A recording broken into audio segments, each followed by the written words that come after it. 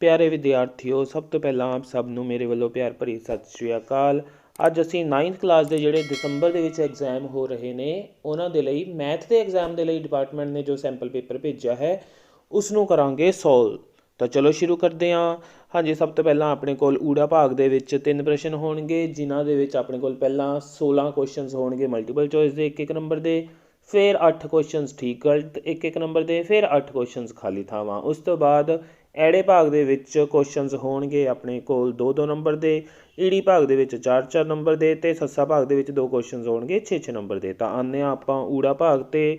ਹਾਂਜੀ, ਪਹਿਲਾ ਹੀ ਕੁਐਸਚਨ ਹੈ ਕਿ ਇਹਨਾਂ ਚਾਰਾਂ ਦੇ ਵਿੱਚੋਂ ਕਿਹੜੀ ਪਰਿਮੇਯ ਸੰਖਿਆ ਨਹੀਂ ਹੈ।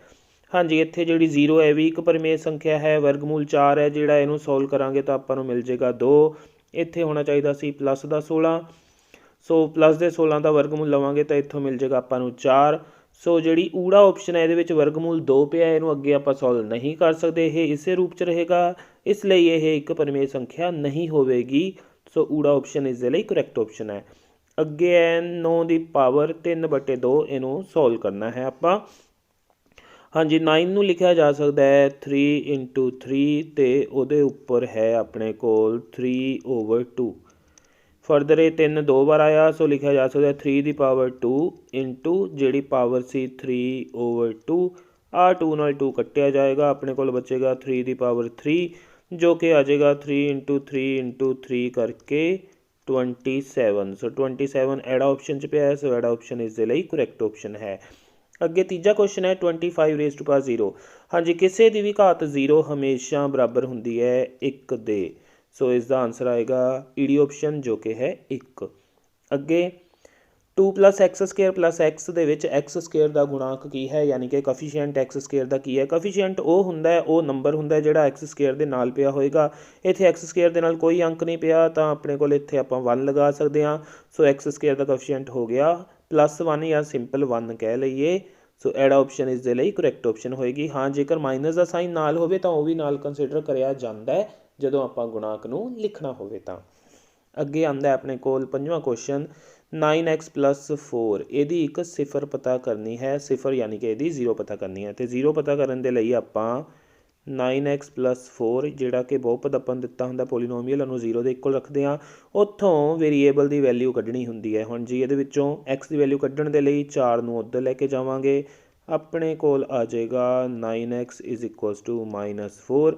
ਫਿਰ ਆ ਜਿਹੜਾ 9x ਦੇ ਨਾਲ ਹੋ ਰਿਹਾ ਮਲਟੀਪਲਾਈ, ਉੱਧਰ ਜਾ ਕੇ ਇਹ -4 ਨੂੰ ਕਰੇਗਾ ਡਿਵਾਈਡ, ਤਾਂ x ਆ ਜਾਏਗਾ -4/9, ਜੋ ਕਿ ਪਿਆ ਸੱਸਾ ਆਪਸ਼ਨ ਦੇ ਵਿੱਚ, ਤਾਂ ਸੱਸਾ ਆਪਸ਼ਨ ਇਸ ਦੀ ਸਹੀ ਆਪਸ਼ਨ ਹੈ।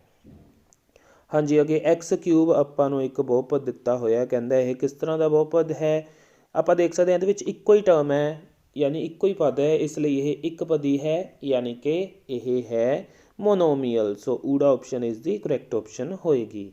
ਹਾਂਜੀ, ਅੱਗੇ 7th ਕੁਐਸਚਨ ਹੈ √13 + √7 ਇੰਟੂ √13 - √7, ਇਹਨੂੰ ਕਰਨਾ ਸੋਲਵ। ਆਪਾਂ ਦੇਖ ਸਕਦੇ ਹਾਂ ਕਿ ਦੋਨੋਂ ਬ੍ਰੈਕਟਸ ਦੇ ਵਿੱਚ ਜਿਹੜੀਆਂ ਟਰਮਸ ਨੇ ਉਹ ਸੇਮ ਨੇ, ਬਸ ਫਰਕ ਕੀ ਹੈ, ਇੱਕ 'ਚ ਪਲੱਸ ਦਾ ਸਾਈਨ ਹੈ ਅਤੇ ਦੂਜੀ 'ਚ ਹੈ ਮਾਈਨਸ ਦਾ ਸਾਈਨ। ਹਾਂਜੀ, ਇਹਦੇ ਵਿੱਚ ਫਿਰ ਆਪਾਂ ਫਾਰਮੂਲਾ ਅਪਲਾਈ ਕਰ ਸਕਦੇ ਹਾਂ a² - b² ਵਾਲਾ, ਕਿਉਂਕਿ ਉਹ ਹੁੰਦਾ a + b a - b, ਅਤੇ ਇਹ ਬਰਾਬਰ ਹੁੰਦਾ a² - b² ਦੇ। ਪਹਿਲੀ ਟਰਮ a ਦਾ ਕੰਮ ਕਰੇਗੀ ਅਤੇ ਦੂਜੀ ਟਰਮ b ਦਾ ਕੰਮ ਕਰੇਗੀ। ਸੋ a² - b² ਲਗਾਵਾਂਗੇ ਤਾਂ ਆਪਣੇ ਕੋਲ ਆ ਜਾਏਗਾ √13 ਉਹਦਾ ਸਕੇਅਰ -√7 ਉਹਦਾ ਸਕੇਅਰ। ਹਾਂਜੀ, ਆਹ ਸਕੇਅਰ ਦੇ ਨਾਲ ਵਰਗਮੂਲ ਕੱਟਿਆ ਜਾਏਗਾ, ਇੱਥੇ ਵੀ ਸਕੇਅਰ ਦੇ ਨਾਲ ਵਰਗਮੂਲ ਕੱਟਿਆ ਜਾਏਗਾ, ਤਾਂ ਆਪਣੇ ਕੋਲ ਕੀ ਬਚੇਗਾ, ਆਪਣੇ ਕੋਲ ਬਚੇਗਾ ਸਿੰਪਲ 13 - 7। ਹਾਂਜੀ, ਮੈਂ ਇੱਥੇ ਲਿਖ ਦਿੰਦਾ 13 - 7, 13 'ਚੋਂ 7 ਘਟਾ ਕੇ ਫਿਰ ਆਏਗਾ 6 ਆਪਣੇ ਕੋਲ। ਸੋ ਈਡੀ ਆਪਸ਼ਨ ਇਸ ਦੇ ਲਈ ਸਹੀ ਆਪਸ਼ਨ ਹੋਵੇਗੀ। ਹਾਂਜੀ, ਅੱਗੇ 8th ਕੁਐਸਚਨ ਹੈ ਆਪਣੇ ਕੋਲ ਕਿ ਬਿੰਦੂਆਂ 0 0 0 2 2 2 ਅਤੇ 2 0 ਨੂੰ ਮਿਲਾਉਣ 'ਤੇ ਕਿਹੜੀ ਆਕ੍ਰਿਤੀ ਇਹਨਾਂ ਦੇ ਵਿੱਚੋਂ ਪ੍ਰਾਪਤ ਹੋਏਗੀ। ਹਾਂਜੀ, ਇਸ ਕੁਐਸਚਨ ਦੇ ਲਈ ਪਹਿਲਾਂ ਆਪਾਂ ਐਕਸਿਸ ਨੇ ਜਿਹੜੀਆਂ ਉਹ ਡਰੋ ਕਰ ਲੈਂਦੇ ਹਾਂ। ਹਾਂਜੀ, ਇਹ ਹੋ ਗਈਆਂ ਆਪਣੀਆਂ ਐਕਸਿਸ ਡਰੋ। ਇਸ ਤੋਂ ਬਾਅਦ ਆਪਾਂ ਪੁਆਇੰਟ ਮਾਰਕ ਕਰਦੇ ਹਾਂ। ਹਾਂਜੀ, ਇੱਥੇ 1 ਆਏਗਾ, ਇੱਥੇ ਲਵਾਂਗੇ ਆਪਾਂ 2, ਇੱਧਰ 1, ਅਤੇ ਐਵੇਂ ਇੱਥੇ ਆ ਜਾਏਗਾ ਆਪਣੇ ਕੋਲ 2, ਇੱਥੇ ਆਏਗਾ 0 0 ਜੋ ਕਿ ਹੁੰਦਾ ਮੂਲ ਬਿੰਦੂ, 1 2 ਇੱਧਰ 1 2। ਹਾਂਜੀ ਹੁਣ ਜਿਹੜੇ ਪੁਆਇੰਟ ਆ ਉਹ ਲਗਾਉਂਦੇ ਆ 0 0। ਆ ਪਹਿਲਾ ਪੁਆਇੰਟ ਹੋ ਗਿਆ ਇੱਥੇ ਆਪਣੇ ਕੋਲ। ਉਸ ਤੋਂ ਬਾਅਦ 0 2 0 2 ਹੁੰਦਾ ਆਪਣੇ ਕੋਲ ਵਾਈ ਐਕਸਿਸ 'ਤੇ। ਆ ਵਾਈ ਐਕਸਿਸ ਹੈ, ਆ ਹੈ ਆਪਣੇ ਕੋਲ ਐਕਸ ਐਕਸਿਸ। ਸੋ 0 2 ਹੋਏਗਾ ਆਪਣੇ ਕੋਲ ਆ ਪੁਆਇੰਟ 0 2। ਉਸ ਤੋਂ ਬਾਅਦ ਹੈ 2 2। ਹਾਂਜੀ ਇੱਧਰੋਂ 2 ਅਤੇ ਇੱਧਰੋਂ 2 ਦੀ ਸੇਧ ਲਵਾਂਗੇ ਤਾਂ ਆਪਣੇ ਕੋਲ ਇੱਥੇ ਇੱਕ ਪੁਆਇੰਟ ਆ ਜਾਏਗਾ 2 2। ਉਸ ਤੋਂ ਬਾਅਦ ਹੈ ਲਾਸਟ ਪੁਆਇੰਟ 2 0 ਜੋ ਕਿ ਐਕਸ ਐਕਸਿਸ 'ਤੇ ਆ ਪੁਆਇੰਟ ਹੋਏਗਾ 2 0। ਹਾਂਜੀ ਹੁਣ ਇਹਨਾਂ ਨੂੰ ਮਿਲਾ ਕੇ ਕਹਿੰਦਾ ਕਿਸ ਤਰ੍ਹਾਂ ਦੀ ਆਕ੍ਰਿਤੀ ਬਣਦੀ ਹੈ ਆਪਾਂ ਦੇਖ ਲੈਂਦੇ ਹਾਂ। ਹਾਂਜੀ ਇਹਨੂੰ ਇਹਦੇ ਨਾਲ ਮਿਲਾਉਂਦੇ ਹਾਂ ਅਤੇ ਫਿਰ ਇੱਥੋਂ ਆਪਾਂ ਹੇਠਾਂ ਲੈ ਕੇ ਆਵਾਂਗੇ। ਹਰ ਪਾਸੇ ਦੇਖ ਸਕਦੇ ਹਾਂ ਕਿ ਜਿਹੜੀ ਸਾਈਡ ਹੈ ਉਹ 2 2 ਹੈ। ਇੱਧਰ ਵੀ 2 ਇੱਧਰ ਵੀ 2 ਇੱਧਰ ਵੀ 2 ਅਤੇ ਇੱਧਰ ਵੀ 2 ਕਿਉਂਕਿ ਚਾਰੋਂ ਸਾਈਡਸ ਇਕੁਅਲ ਨੇ, ਇਸ ਲਈ ਆਕ੍ਰਿਤੀ ਕਿਹੜੀ ਹੋਏਗੀ ਆਪਣੇ ਕੋਲ ਵਰਗ ਹੋਏਗੀ। ਸੋ ਇਹਨਾਂ ਦੇ ਵਿੱਚੋਂ ਊੜਾ ਆਪਸ਼ਨ ਹੈ ਜਿਹੜੀ ਸਕੁਏਅਰ ਉਹ ਸਹੀ ਆਪਸ਼ਨ ਹੈ ਆਪਣੇ ਕੋਲ। ਹਾਂਜੀ ਅੱਗੇ ਆਉਂਦੇ ਹਾਂ ਆਪਾਂ 9th ਕੁਐਸਚਨ 'ਤੇ ਜੋ ਕਿ ਹੈ ਕਿ y ਧੁਰੇ ਤੋਂ ਬਿੰਦੂ P 3,4 ਦੀ ਲੇਟਵੀਂ ਦੂਰੀ ਕੀ ਹੈ। ਹਾਂਜੀ ਇਹਦੇ ਲਈ ਵੀ ਆਪਾਂ ਐਕਸਿਸ ਡਰੋ ਕਰ ਲੈਂਦੇ ਹਾਂ। ਹਾਂਜੀ ਆ ਹੋ ਗਈ ਆਪਣੇ ਕੋਲ y ਐਕਸਿਸ ਅਤੇ ਇੱਧਰ ਲੈ ਲੈਂਦੇ ਹਾਂ ਆਪਾਂ x Axis. Okay x Axis y Axis. ਹੁਣ ਜਿਹੜਾ ਪੁਆਇੰਟ ਹੈ 3 4 ਇੱਥੇ 1 2 3 ਇੱਧਰ 1 2 3 4 ਲਿਖ ਲੈਂਦੇ ਹਾਂ। ਤਾਂ ਜਿਹੜਾ 3 4 ਪੁਆਇੰਟ ਹੋਏਗਾ ਉਹ ਇੱਥੇ ਹੋਏਗਾ ਆਪਣੇ ਕੋਲ, ਜਿਹਦਾ x 3 ਅਤੇ y ਦਾ ਹੋਏਗਾ ਆਪਣੇ ਕੋਲ 4। ਹੁਣ ਕਹਿੰਦਾ ਇਸ ਬਿੰਦੂ ਦੀ ਲੇਟਵੀਂ y ਧੁਰੇ ਤੋਂ ਲੇਟਵੀਂ ਦੂਰੀ, y ਧੁਰਾ ਆ ਰਿਹਾ ਇਹ ਤੋਂ ਲੇਟਵੀਂ ਦੂਰੀ ਯਾਨੀ ਉਹ ਇਸ ਦੂਰੀ ਦੀ ਗੱਲ ਕਰ ਰਿਹਾ ਹੈ। ਅਤੇ ਇਹ ਦੂਰੀ ਆਪਾਂ ਦੇਖ ਸਕਦੇ ਹਾਂ ਕਿਹਦੇ ਬਰਾਬਰ ਹੋਏਗੀ। ਇਹਦੇ ਸਾਹਮਣੇ x ਦਾ ਕੀ ਪਿਆ 3, ਤਾਂ ਇਹ ਦੂਰੀ ਹੋਏਗੀ ਆਪਣੇ ਕੋਲ 3। ਸੋ ਬਿੰਦੂ 3 4 ਦੀ y ਧੁਰੇ ਤੋਂ ਲੇਟਵੀਂ ਦੂਰੀ ਆ ਜਾਏਗੀ ਆਪਣੇ ਕੋਲ 3 ਇਕਾਈਆਂ, ਯਾਨੀ ਕਿ ਊੜਾ ਆਪਸ਼ਨ ਇਸ ਦੇ ਲਈ ਸਹੀ ਆਪਸ਼ਨ ਹੈ। ਜੇਕਰ ਇਸੇ ਬਿੰਦੂ ਦੀ x ਐਕਸਿਸ ਤੋਂ ਦੂਰੀ ਪੁੱਛੀ ਹੁੰਦੀ ਤਾਂ ਉਹ ਆ ਜਾਣੀ ਸੀ ਆਪਣੇ ਕੋਲ 4। ਸੋ ਜਦੋਂ ਤਾਂ ਪੁੱਛੀ ਹੋਵੇ ਕਿਸੇ ਬਿੰਦੂ ਦੀ y ਧੁਰੇ ਤੋਂ ਦੂਰੀ ਤਾਂ ਉਹ ਹਮੇਸ਼ਾ x ਦੇ ਬਰਾਬਰ ਆਉਂਦੀ ਹੈ। ਜਿਵੇਂ ਆਹ ਬਿੰਦੂ ਦੇ ਵਿੱਚੋਂ ਇਹਦੀ ਦੂਰੀ ਪੁੱਛੀ ਸੀ y ਤੋਂ ਤਾਂ ਉਹ x ਦੇ ਬਰਾਬਰ ਆਈ, ਅਤੇ ਇਸੇ ਦੀ x ਤੋਂ ਪੁੱਛੀ ਜਾਂਦੀ ਦੂਰੀ ਤਾਂ ਆਪਣੇ ਕੋਲ ਉਹ ਇਸ ਦੇ y ਕੋਆਰਡੀਨੇਟ ਦੇ ਇਕੁਅਲ ਆਉਣੀ ਸੀ। ਹਾਂਜੀ ਅੱਗੇ ਹੈ ਆਪਣੇ ਕੋਲ 10ਵਾਂ ਕੁਐਸਚਨ ਕਿ x minus y equals to 0 ਜਿਹੜੀ ਇਕੁਏਸ਼ਨ ਹੈ ਇਸ ਦਾ ਜੇਕਰ ਗ੍ਰਾਫ ਬਣਾਈਏ ਤਾਂ ਉਹ ਕਿਹੜੇ ਪੁਆਇੰਟ ਦੇ ਵਿੱਚੋਂ ਦੀ ਲੰਘੇਗਾ। ਹਾਂਜੀ ਇਹਦੇ ਲਈ ਆਪਾਂ ਦੇਖ ਸਕਦੇ ਹਾਂ ਕਿ x ਮਾਈਨਸ y ਬਰਾਬਰ 0 ਹੈ। ਸੋ x ਮਾਈਨਸ y ਬਰਾਬਰ 0, ਤਾਂ y ਨੂੰ ਲੈ ਜਾਂਦੇ ਹਾਂ ਦੂਜੇ ਪਾਸੇ, ਆਪਣੇ ਕੋਲ ਕੀ ਆ ਜਾਏਗਾ x is equals to y। ਹੁਣ ਆਪਾਂ ਦੇਖ ਸਕਦੇ ਹਾਂ ਕਿ x ਅਤੇ y ਬਰਾਬਰ ਨੇ। ਸੋ ਐਸਾ ਇਹਨਾਂ 'ਚੋਂ ਕਿਹੜਾ ਬਿੰਦੂ ਹੈ ਜਿਹਦੇ ਵਿੱਚ ਦੋਨੋਂ ਕੋਆਰਡੀਨੇਟ ਬਰਾਬਰ ਹੋਣਗੇ। ਇਹ 'ਚ 2 3 ਇਹ 'ਚ 3 4 ਇਹ 'ਚ 5 6 ਕਿਸੇ 'ਚ ਵੀ ਬਰਾਬਰ ਨਹੀਂ। 0 0 ਹਾਂਜੀ ਸੋ 0 0 ਇਸ ਦਾ ਆਨਸਰ ਬਣੇਗਾ। ਸੋ ਇਸ ਤਰ੍ਹਾਂ ਦਾ ਕੁਐਸਚਨ ਆ ਗਿਆ ਤਾਂ ਐਸਾ ਪੁਆਇੰਟ ਤੁਸੀਂ ਲੱਭਣਾ ਜਿਹਦੇ ਵਿੱਚ x ਅਤੇ y ਦੀ ਵੈਲਿਊ ਸੇਮ ਹੋਵੇ, ਉਹ ਇਸ ਦਾ ਆਨਸਰ ਬਣੇਗਾ। ਹਾਂ ਜੇਕਰ ਕੋਈ ਹੋਰ ਇਕੁਏਸ਼ਨ ਹੋਵੇ ਫਿਰ ਆਪਾਂ x ਅਤੇ y ਦੀਆਂ ਵੈਲਿਊਜ਼ ਭਰਾਂਗੇ ਅਤੇ ਦੇਖਾਂਗੇ ਕਿ ਦੋਨੋਂ ਪਾਸੇ ਲੈਫਟ ਹੈਂਡ ਸਾਈਡ ਅਤੇ ਰਾਈਟ ਹੈਂਡ ਸਾਈਡ ਬਰਾਬਰ ਹੋ ਜਾਣ। ਤਾਂ ਜਿਸ ਬਿੰਦੂ ਦੇ ਲਈ ਲੈਫਟ ਹੈਂਡ ਸਾਈਡ ਅਤੇ ਰਾਈਟ ਹੈਂਡ ਸਾਈਡ ਹੋ ਗਈਆਂ ਇਕੁਅਲ ਉਹ ਬਣੇਗਾ ਆਨਸਰ। ਫਿਲਹਾਲ ਇਸ ਦੇ ਵਿੱਚ ਆਪਾਂ y ਨੂੰ ਉੱਧਰ ਲੈ ਕੇ ਗਏ ਤਾਂ x ਅਤੇ y ਬਰਾਬਰ ਹੋ ਗਏ, ਅਤੇ 0 0 ਹੀ ਐਸਾ ਬਿੰਦੂ ਸੀ ਜਿਹਦੇ ਵਿੱਚ x ਅਤੇ y ਦੀ ਵੈਲਿਊ ਸੇਮ ਸੀ। ਹਾਂਜੀ ਅੱਗੇ 11th ਕੁਐਸਚਨ 'ਤੇ ਆਉਂਦੇ ਹਾਂ ਕਿ ਤ੍ਰਿਭੁਜ ਦਾ ਜਿਹੜਾ ਬਾਹਰੀ ਕੋਣ ਹੁੰਦਾ ਹੈ ਉਹ ਕਿਹੜੇ ਅੰਦਰਲੇ ਕੋਣਾਂ ਦੇ ਜੋੜ ਦੇ ਬਰਾਬਰ ਹੁੰਦਾ ਹੈ। ਹਾਂਜੀ ਤ੍ਰਿਭੁਜ ਦਾ ਜਿਹੜਾ ਬਾਹਰੀ ਕੋਣ ਹੁੰਦਾ ਹੈ, ਜੇਕਰ ਆਪਾਂ ਤ੍ਰਿਭੁਜ ਨੂੰ ਬਣਾਈਏ ਤਾਂ ਉਸਦਾ ਜਿਹੜਾ ਬਾਹਰੀ ਕੋਣ ਹੋਏਗਾ ਉਹ ਇਸ ਕੋਣ ਨੂੰ ਛੱਡ ਕੇ ਬਾਕੀ ਦੇ ਦੋ ਕੋਣਾਂ ਦੇ ਜੋੜ ਦੇ ਬਰਾਬਰ ਹੁੰਦਾ ਹੈ, ਜਿਨ੍ਹਾਂ ਨੂੰ ਇਹਨਾਂ ਦੋਨਾਂ ਕੋਣਾਂ ਨੂੰ ਇਸ ਬਾਹਰੀ ਕੋਣ ਦੇ ਸਨਮੁਖ ਕੋਣ ਕਿਹਾ ਜਾਂਦਾ ਹੈ, ਅੰਦਰਲੇ ਸਨਮੁਖ ਕੋਣ। ਸੋ ਇਹਦੇ ਵਿੱਚ ਆਪਣੇ ਕੋਲ ਅੰਦਰੂਨੀ ਸਨਮੁਖ ਕੋਣ ਹੈ ਜਿਹੜੀ ਊੜਾ ਆਪਸ਼ਨ ਉਹ ਕਰੈਕਟ ਆਪਸ਼ਨ ਹੋਏਗੀ। ਇੰਗਲਿਸ਼ ਦੇ ਵਿੱਚ ਬੋਲਦੇ ਹਾਂ ਇੰਟੀਰੀਅਰ ਓਪੋਜ਼ਿਟ ਐਂਗਲਸ। ਓਕੇ ਅਗਲੇ ਕੁਐਸਚਨ 'ਤੇ ਆਉਂਦੇ ਹਾਂ ਹੁਣ ਆਪਾਂ, ਜੋ ਕਿ ਹੈ ਕਿ ਸਮਭੁਜੀ ਤ੍ਰਿਭੁਜ ਦੇ ਹਰੇਕ ਕੋਣ ਦਾ ਮਾਪ ਕਿੰਨਾ ਹੁੰਦਾ ਹੈ। ਓਕੇ ਸਮਭੁਜੀ ਤ੍ਰਿਭੁਜ ਦੇ ਤਿੰਨੋਂ ਕੋਣ ਹੁੰਦੇ ਨੇ ਬਰਾਬਰ, ਕਿਉਂਕਿ ਉਹਦੀਆਂ ਤਿੰਨੋਂ ਸਾਈਡਸ ਬਰਾਬਰ ਹੁੰਦੀਆਂ ਨੇ। ਸੋ ਤਿੰਨੋਂ ਕੋਣ ਵੀ ਬਰਾਬਰ ਹੋਣਗੇ, ਅਤੇ ਤਿੰਨੋਂ ਕੋਣ ਆਪਾਂ x x ਅਤੇ x ਲੈ ਲਈਏ ਤਾਂ ਤਿੰਨਾਂ ਦਾ ਜੋੜ ਕਰਕੇ 180 ਡਿਗਰੀ ਆਏਗਾ। ਤਾਂ 3x ਬਰਾਬਰ 180 ਡਿਗਰੀ, 3 ਅਤੇ 180 ਦੀ ਕਟਿੰਗ ਕਰਾਂਗੇ ਤਾਂ ਮਿਲ ਜਾਏਗਾ 60 ਡਿਗਰੀ। ਸੋ ਸਮਭੁਜੀ ਤ੍ਰਿਭੁਜ ਦਾ ਹਰੇਕ ਕੋਣ ਹੁੰਦਾ ਹੈ 60 ਡਿਗਰੀ ਦਾ। ਸੋ ਈਡੀ ਆਪਸ਼ਨ ਇਸ ਦੇ ਲਈ ਕਰੈਕਟ ਆਪਸ਼ਨ ਹੈ। हाँ जी, अगे आने कि किन्ने असमरेखी बिंदुओं के विचों एक चक्कर है जिहड़ा वो खिंचिया जा सकता है। हाँ जी, 3 असमरेखी बिंदुओं के विचों हमेशा आप एक चक्कर खिंच सकते हैं। सो ऊड़ा ऑप्शन इस दे लई करैक्ट ऑप्शन होएगी। अगे है अपने कोल 14th क्वेश्चन के वर्ग दिता होया आपां नूं 150 तो 160 ਉਹਦਾ वर्ग चिन्ह पुछया होया उन्होंने। हाँ जी, वर्ग चिन्ह ਕੱਢਣ ਦੇ ਲਈ ਆਪਾਂ ਇਹਨਾਂ ਦੋਨਾਂ ਦਾ ਕਰਾਂਗੇ ਜੋੜ ਤੇ ਉਹਨੂੰ 2 ਨਾਲ ਕਰ ਦਿਆਂਗੇ ਡਿਵਾਈਡ। ਸੋ 150 प्लस 160 ਓਵਰ 2 ਤਾਂ ਇਹ ਬਣ ਜਾਏਗਾ ਆਪਣੇ ਕੋਲ 310 बटे 2 कटिंग करके आ जाएगा अपने कोल 155। सो 155 यानी सस्सा ऑप्शन इस दे लई करैक्ट ऑप्शन है। एक चतुर्भुज है अगे 15th क्वेश्चन च ਉਹਦੇ 3 कोण दिते गए ने 75 डिग्री 90 डिग्री ਤੇ ਤੀਜਾ 75 डिग्री तो चौथा कोण ਉਹਨੇ ਪੁੱਛਿਆ ਹੋਇਆ कि की होएगा। हाँ जी, जे चौथा कोण x ले लीए तो x plus 75 degree plus 90 degree plus 75 degree चारे कोणों का जोड़ हो गया। तो चतुर्भुज के चारे कोणों का जोड़ होंदा है 360 डिग्री के बराबर।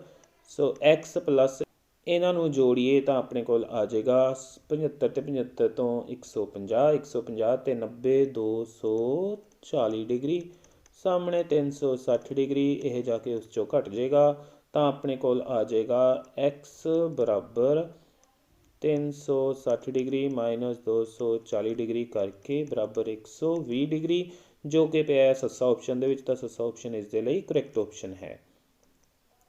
हाँ जी, अगले क्वेश्चन ते आने 16th क्वेश्चन ते आपां नूं किसी क्लास के 20 बच्चों के अंक 10 दे विचों दिते गए ने ते उन्होंने पूछा कि बहुलक अंक किन्ने ने। हाँ जी, बहुलक यानी कि मोड हुंदी है वो वैल्यू जिहड़ी सब तो वध वार आवे।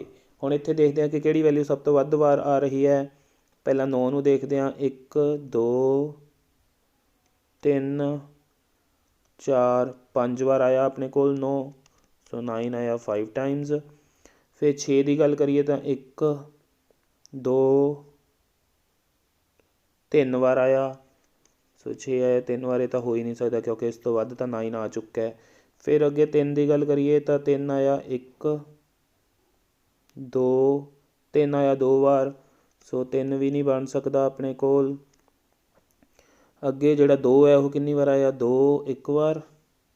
हाँ जी, 2 भी नहीं हो सकता। सो 7 देखते हैं उस तो बाद कि 7 कितनी बार आया है 1 बार 2 बार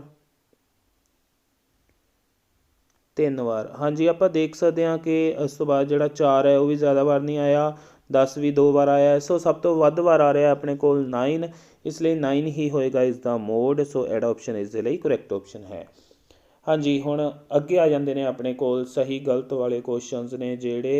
पहला क्वेश्चन है कि किसी घटना की संभावना तो उस घटना के ना होने की संभावना का जोड़ कहता 1 के बराबर होंदा है। बिल्कुल ठीक है। यह इस फार्मूला के उत्ते तुहानूं क्वेश्चन भी आ सकता है कि किसी घटना की संभावना तो उस घटना के ना होने की संभावना उन्हों का टोटल हमेशा 1 के बराबर होंदा है। सो इन्हां दे विच्चों जेकर तुहानूं किसी एक की वैल्यू दिती होवे तां एक दे विच्चों सबट्रैक्ट करके तुसीं दूजे की वैल्यू कढ सकते हो। इस तरह का क्वेश्चन भी तुहानूं आ सकता है छोटे क्वेश्चन दे विच। अगे है 2 चलां वाले रेखी समीकरण के आलेख ते स्थित हरेक बिंदु रेखी समीकरण दा हल हुंदा है। बिल्कुल ठीक है। यह जदों भी आपां किसी इक्वेशन का ग्राफ प्लॉट करिए, सपोज करो इस तरह का ग्राफ आ गया अपने कोल, उहदे उत्ते जिन्ने भी बिंदु होणगे वो सारे दे सारे उन्हां दे विचों एक्स ते जिहड़ी वाई की वैल्यू होएगी वो इक्वेशन दे विच भरे ते यानी समीकरण दे विच भरे ते ਉਹਦੇ दोनों पासे बराबर हो जाएंगे। इट मीनस हरेक बिंदु जिहड़ा कि ग्राफ के उत्ते लाई करता है वो इक्वेशन का सल्यूशन हुंदा ही है। सो यह बिल्कुल ठीक है अपने कोल सही है ये। सो पहला भी सही सी ते दूजा भी सही है। अगे तीजा है कि गोले की सतह का खेत्रफल 4πr² हुंदा है। बिल्कुल ठीक है। गोले की सतह का खेत्रफल का यही फार्मूला हुंदा अपने कोल। सो फार्मूला के उत्ते डायरैक्ट क्वेश्चन आ सकता है। 13 चैप्टर के जोड़े फार्मूले ने सो उन्होंने तैयारी तुसीं चंगी तरह कर लेनी है। अगे चौथा है ठीक गलत। ए भुजा वाले समभुजी त्रिभुज का खेत्रफल वर्गमूल 3a² हुंदा है। नहीं, यह गलत है जी अपने कोल, क्योंकि किसी समभुजी त्रिभुज के खेत्रफल का फार्मूला हुंदा है वर्गमूल 3/4 गुणा भुजा की 2 तो इत्थे भुजा है ए तो ये आएगा a²। ਸੋ ਕੱਲਾ ਵਰਗਮੂਲ 3a ਸਕੁਏਅਰ ਨਾ ਹੋ ਕੇ ਵਰਗਮੂਲ 3/4 ਵੀ ਹੁੰਦਾ। ਸੋ ਇਹ ਤੁਸੀਂ ਯਾਦ ਰੱਖਣਾ ਹੈ ਹਮੇਸ਼ਾ। ਅੱਗੇ 5th ਤੇ ਆਉਂਦੇ ਆ, ਚੱਕਰ ਦਾ ਕੇਂਦਰ ਚੱਕਰ ਦੇ ਬਾਹਰੀ ਭਾਗ ਵਿੱਚ ਸਥਿਤ ਹੁੰਦਾ ਹੈ। ਨਹੀਂ ਜੀ, ਬਿਲਕੁਲ ਗਲਤ ਹੈ ਇਹ। ਕਿਉਂ? ਕਿਉਂਕਿ ਜੇਕਰ ਆਪਾਂ ਕੋਈ ਚੱਕਰ ਲਈਏ ਤਾਂ ਉਸਦਾ ਜਿਹੜਾ ਕੇਂਦਰ ਹੁੰਦਾ ਹੈ ਉਹ ਤਾਂ ਚੱਕਰ ਦੇ ਅੰਦਰੂਨੀ ਭਾਗ ਦੇ ਵਿੱਚ ਸਥਿਤ ਹੁੰਦਾ ਹੈ। ਆਹ ਤਾਂ ਚੱਕਰ ਦਾ ਅੰਦਰੂਨੀ ਭਾਗ ਹੁੰਦਾ ਹੈ। ਸੋ ਇਹ ਹੋ ਗਿਆ ਆਪਣੇ ਕੋਲ ਗਲਤ। ਹਾਂਜੀ, ਅਗਲੇ 'ਤੇ ਆਉਂਦੇ ਹਾਂ। ਲੇਟਵੀਂ ਰੇਖਾ ਨੂੰ ਐਕਸ ਧੁਰਾ ਅਤੇ ਖੜਵੀਂ ਰੇਖਾ ਨੂੰ ਵਾਈ ਧੁਰਾ ਕਿਹਾ ਜਾਂਦਾ ਹੈ। ਬਿਲਕੁਲ ਠੀਕ ਹੈ ਜੀ, ਇਹ ਤਾਂ ਆਪਣੇ ਕੋਲ ਸਹੀ ਹੈ ਇਹ। ਹਾਂਜੀ, ਅੱਗੇ ਹੈ ਕਿ ਸਮਕੋਣ ਤ੍ਰਿਭੁਜ ਵਿੱਚ ਲੰਬ ਹੈ ਜਿਹੜਾ ਉਹ ਸਭ ਤੋਂ ਲੰਬੀ ਭੁਜਾ ਹੁੰਦੀ ਹੈ। ਨਹੀਂ ਜੀ, ਇਹ ਹੈ ਗਲਤ। ਕਿਉਂਕਿ ਜਦੋਂ ਆਪਾਂ ਕੋਈ ਟਰਾਇੰਗਲ ਲੈਂਦੇ ਹਾਂ ਸਮਕੋਣੀ, ਉਸ ਦੇ ਵਿੱਚ ਜਿਹੜੀ ਸਭ ਤੋਂ ਲੰਬੀ ਭੁਜਾ ਹੁੰਦੀ ਹੈ ਉਹ ਹੁੰਦੀ ਹੈ ਆਪਣੇ ਕੋਲ ਹਮੇਸ਼ਾ ਕਰਨ 90 ਦੇ ਸਾਹਮਣੇ ਵਾਲੀ, ਯਾਨੀ ਕਿ ਹਾਈਪੋਟੇਨਿਊਜ਼। ਸੋ ਇਹ ਕਹਿ ਰਿਹਾ ਕਿ ਸਭ ਤੋਂ ਲੰਬੀ ਭੁਜਾ ਹੁੰਦੀ ਹੈ ਲੰਬ, ਯਾਨੀ ਕਿ ਪਰਪੈਂਡੀਕੂਲਰ। ਸੋ ਇਹ ਹੋ ਗਿਆ ਆਪਣੇ ਕੋਲ ਗਲਤ। ਸੋ ਇਹ ਸਹੀ ਨਹੀਂ ਹੈ, ਗਲਤ ਹੋ ਗਿਆ ਆਪਣੇ ਕੋਲ।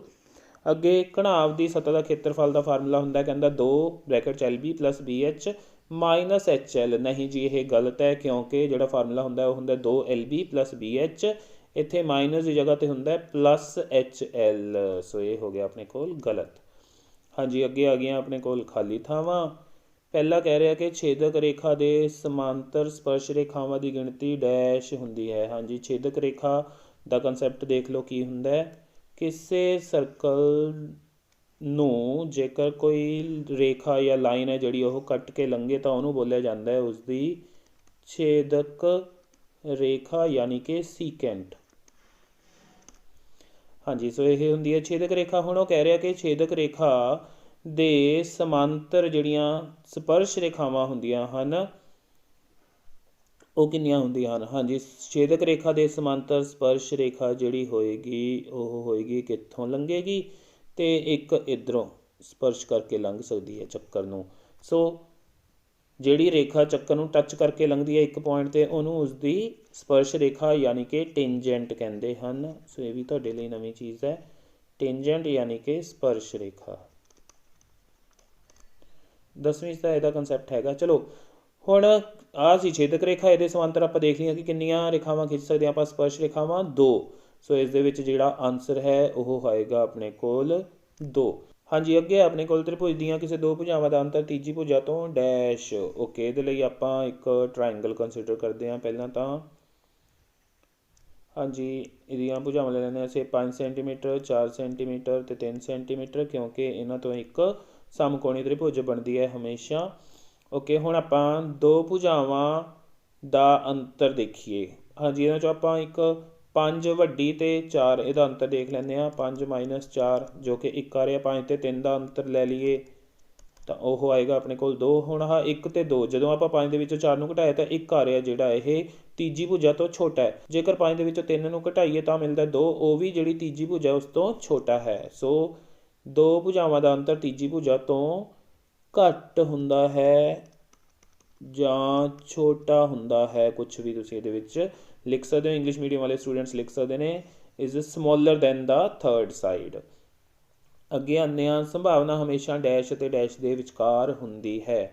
ਹਾਂਜੀ, ਕਿਸੇ ਵੀ ਘਟਨਾ ਦੀ ਜਿਹੜੀ ਸੰਭਾਵਨਾ ਹੈ ਉਹ ਘੱਟ ਤੋਂ ਘੱਟ 0 ਹੋ ਸਕਦੀ ਹੈ ਅਤੇ ਵੱਧ ਤੋਂ ਵੱਧ 1 ਹੋ ਸਕਦੀ ਹੈ। ਸੋ ਇਹ 0 ਤੋਂ ਲੈ ਕੇ 1 ਤੱਕ ਹੀ ਹੁੰਦੀ ਹੈ ਆਪਣੇ ਕੋਲ। ਸੋ ਇੱਥੇ 0 ਆਏਗਾ ਅਤੇ ਇੱਥੇ ਆਏਗਾ ਆਪਣੇ ਕੋਲ 1। ਹਾਂਜੀ, ਅੱਗੇ ਆਉਂਦੇ ਹਾਂ, ਆਇਤ, ਵਰਗ ਅਤੇ ਚੱਕਰ ਆਦਿ ਡੈਸ਼ ਆਕ੍ਰਿਤੀਆਂ ਹਨ। ਹਾਂਜੀ, ਆਇਤ, ਵਰਗ ਅਤੇ ਚੱਕਰ ਜੇਕਰ ਆਪਾਂ ਬਣਾਉਣੇ ਚਾਹੀਏ ਤਾਂ ਇੱਕ ਪਲੇਨ ਦੇ ਵਿੱਚ ਬਣਾ ਸਕਦੇ ਹਾਂ। ਸੋ ਇਹ ਆਪਾਂ ਲਿਖ ਸਕਦੇ ਹਾਂ ਇਹਦੇ ਬਾਰੇ ਕਿ ਇਹ ਸਮਤਲ ਵਿੱਚ ਬਣਨ ਵਾਲੀਆਂ ਆਕ੍ਰਿਤੀਆਂ ਹਨ, ਸਮਤਲ। ਅਤੇ ਇੰਗਲਿਸ਼ ਵਾਲੇ ਲਿਖ ਸਕਦੇ ਨੇ ਪਲੇਨ ਫਿਗਰਸ, ਪਲੇਨ ਫਿਗਰਸ। ਉਸ ਤੋਂ ਬਾਅਦ ਆ ਜਾਂਦਾ ਆਪਣੇ ਕੋਲ ਉਹ ਰੇਖਾਵਾਂ ਜੋ ਇੱਕ ਹੀ ਰੇਖਾ ਦੇ ਸਮਾਂਤਰ ਹੁੰਦੀਆਂ ਹਨ, ਆਪਸ ਦੇ ਵਿੱਚ ਡੈਸ਼ ਹੁੰਦੀਆਂ ਹਨ। ਉਹ ਰੇਖਾਵਾਂ ਜੋ ਇੱਕ ਹੀ ਰੇਖਾ ਦੇ ਸਮਾਂਤਰ ਹੁੰਦੀਆਂ ਹਨ। ਓਕੇ, ਇਹਦੇ ਵਿੱਚ ਆਪਾਂ ਦੇਖ ਲੈਂਦੇ ਹਾਂ ਡਰੋ ਕਰਕੇ। ਹਾਂਜੀ, ਇੱਕ ਕੋਈ ਰੇਖਾ ਹੈ, ਉਸਦੇ ਸਮਾਂਤਰ ਆਪਾਂ ਹੋਰ ਰੇਖਾਵਾਂ ਖਿੱਚਦੇ ਹਾਂ। ਇੱਕ ਆਹ ਹੋ ਗਈ, एक होर खिंच लैंदे आ, एक आ हो गई। हाँ जी, जेकर आप इन्हों नाम दे दईए L M ते N। हुण जेकर आप M समांतर खिंची है L दे ते अगों N भी समांतर खिंची है L दे, तां M ਅਤੇ N आपस ਦੇ ਵਿੱਚ ਹੋਣਗੀਆਂ ਸਮਾਂਤਰ। ਜਿਵੇਂ ਤੁਸੀਂ ਡਾਇਗਰਾਮ ਦੇ ਵਿੱਚ ਦੇਖ ਹੀ ਸਕਦੇ ਹੋ, ਤਾਂ ਇਹਦਾ ਆਨਸਰ ਆਏਗਾ ਕਿ ਉਹ ਆਪਸ ਦੇ ਵਿੱਚ ਹੁੰਦੀਆਂ ਨੇ ਸਮਾਂਤਰ। ਹਾਂਜੀ, ਅਗਲੇ ਕੁਐਸਚਨ 'ਤੇ ਆਉਂਦੇ ਹਾਂ ਕਿ ਇੱਕ ਤ੍ਰਿਭੁਜ ਦੇ ਵਿੱਚ ਵੱਧ ਤੋਂ ਵੱਧ ਇੱਕ ਡੈਸ਼ ਕੋਣ ਹੋ ਸਕਦਾ ਹੈ। ਹਾਂਜੀ, ਹੁਣ ਇਹਦੇ ਵਿੱਚ ਜੇ ਆਪਾਂ ਕਿਸੇ ਅਧਿਕ ਕੋਣੀ ਤ੍ਰਿਭੁਜ ਦੀ ਗੱਲ ਕਰੀਏ ਤਾਂ ਅਧਿਕ ਕੋਣੀ ਤ੍ਰਿਭੁਜ ਦੇ ਵਿੱਚ ਅਧਿਕ ਕੋਣ ਇੱਕ ਹੋ ਸਕਦਾ ਹੈ, ਅਤੇ ਸਮਕੋਣੀ ਤ੍ਰਿਭੁਜ ਦੇ ਵਿੱਚ ਸਮਕੋਣ ਵੀ ਵੱਧ ਤੋਂ ਵੱਧ ਇੱਕ ਹੀ ਹੋ ਸਕਦਾ ਹੈ। ਸੋ ਇਹ ਦੋਨੋਂ ਆਪਸ਼ਨ ਇਸ ਦੇ ਲਈ ਤੁਸੀਂ ਲਿਖ ਸਕਦੇ ਹੋ, ਜਾਂ ਤਾਂ ਅਧਿਕ ਕੋਣ ਜਾਂ ਸਮਕੋਣ। ਇਹ ਦੋਨੋਂ ਆਨਸਰ ਇਸ ਦੇ ਲਈ ਚੱਲ ਸਕਦੇ ਨੇ, ਯਾਨੀ ਕਿ ਓਬਟਿਊਜ਼ ਐਂਗਲ ਜਾਂ ਫਿਰ ਰਾਈਟ ਐਂਗਲ। ਅਗਲਾ ਹੈ 7th ਆਪਣੇ ਕੋਲ ਖਾਲੀ ਥਾਂ। ਇੱਕ ਅਰਧ ਚੱਕਰ ਦਾ ਕੋਣ ਡੈਸ਼ ਹੁੰਦਾ ਹੈ। ਹਾਂਜੀ, ਅਰਧ ਚੱਕਰ ਦੇ ਕੋਣ ਦੀ ਗੱਲ ਹੋ ਰਹੀ ਹੈ, ਆਪਾਂ ਦੇਖ ਲੈਂਦੇ ਹਾਂ।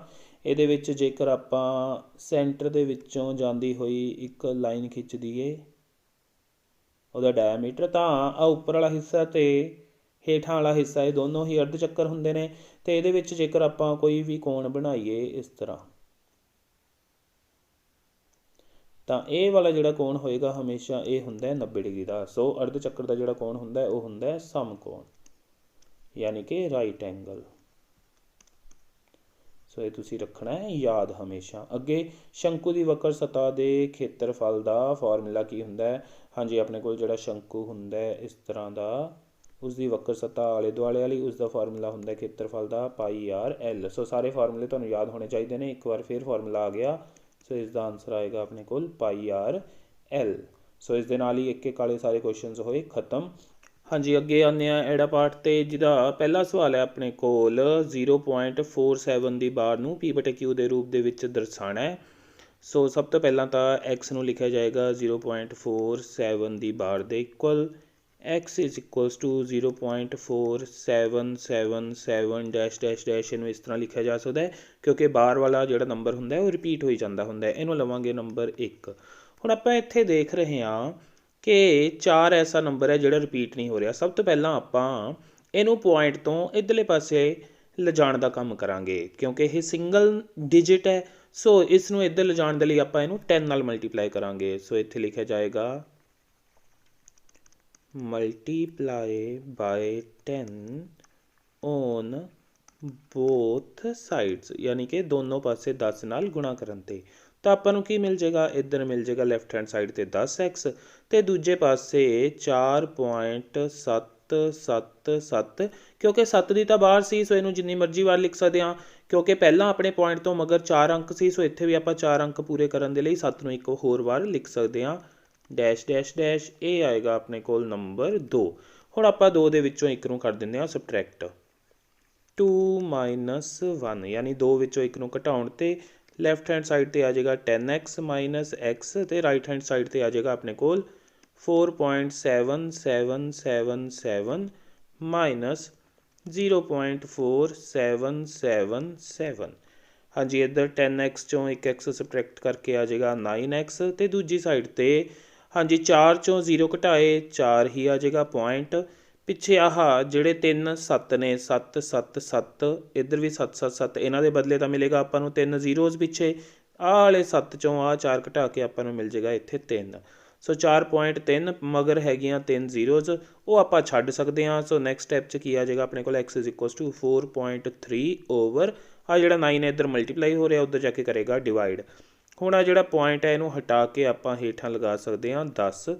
ਸੋ x ਆ ਜਾਏਗਾ ਆਪਣੇ ਕੋਲ 43 ਓਵਰ 90, ਤਾਂ ਇਹ ਆ ਗਿਆ ਆਪਣੇ ਕੋਲ P/Q ਰੂਪ ਕਿਸ ਦਾ, 0.47 ਦੀ ਬਾਰ ਦਾ।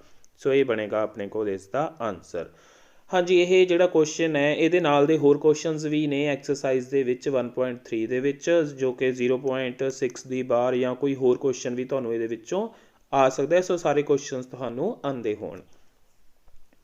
ਹਾਂਜੀ, ਅਗਲੇ 'ਤੇ ਆਉਂਦੇ ਆ ਕਿ k ਦੀ ਵੈਲਿਊ ਆਪਾਂ ਪਤਾ ਕਰਨੀ ਹੈ ਜਦੋਂ x 2 ਅਤੇ y 1 ਹੋਵੇ। ਇਹਦੇ ਵਿੱਚ ਭਰ ਕੇ ਆਪਾਂ ਨੂੰ ਇਕੁਏਸ਼ਨ ਦਿੱਤੀ ਹੋਈ ਹੈ 2x + 3y is equals to k। So 2x + 3y equal to k। x is equals to 2, y is equals to 1 भरन ते इंग्लिश मीडियम वाले स्टूडेंट्स लिखणगे put x is equals to 2, y is equals to 1। तो की आएगा अपने को पहला जो 2 है वो आ जाएगा, फिर आह x की जगह ते आह 2 प्लस 3 इंटू आ जो 3 है लिखा गया y की वैल्यू 1 तो सामने है k। सो ये बन जाएगा अपने को 4 प्लस 3 1 जार 3 equals to k। So k आ जाएगा सॉल्व करके अपने को 7 इज द आंसर। सो ये क्वेश्चन हो गया अपना कंप्लीट। हाँ जी, अगे जो 6th क्वेश्चन है, ट्रायंगल के एक्सटीरियर एंगल दिता होया आपां नूं 115 डिग्री का, तो नाल ही कहा होया कि अंदरूनी सन्मुख कोण 35 डिग्री का, बाकी दो कोणों के मुल ने जिहड़े वो आपां पता करने ने। ओके, 35 डिग्री का एंगल आपां आ लै सकते हैं क्योंकि उन्होंने आपां नूं डायग्राम च नहीं दिता होया। तो बाकी जिहड़े दो कोण रह गए, आ वाला एंगल ते आ वाला एंगल, ये आपां पता करने ने। सो आ 35 हो सकता है या आ भी 35 हो सकता है। सो डायग्राम के एक कुछ कमी है, इन्हां चों एक एंगल तो जरूर तुहानूं दिता होएगा, डायग्राम च मैंशन किया ही होएगा। ओके, हुण आपां सब तो पहलां आ जिहड़ा नाल दा एंगल है इहनूं एंगल 1 ले लैंदे आ, ये पता करते हैं। अपने कोल आ जाएगा एंगल 1 प्लस 115 डिग्री।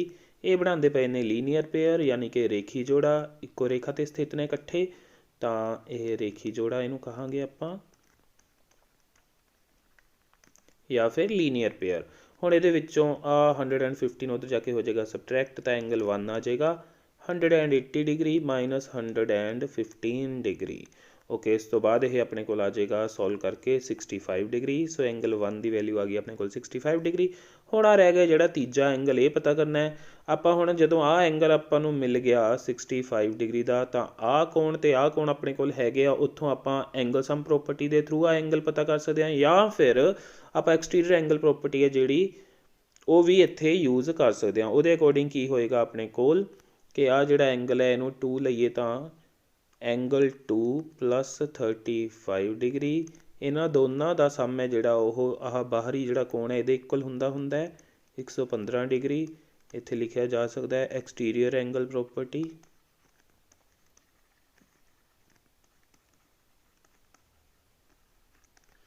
सो उसके थ्रू एंगल 2 आ जाएगा अपने को 115 डिग्री माइनस 35 डिग्री, तो एंगल 2 आ जाएगा, इन्हों सबट्रैक्ट करांगे तो अपने को यह आ जाएगा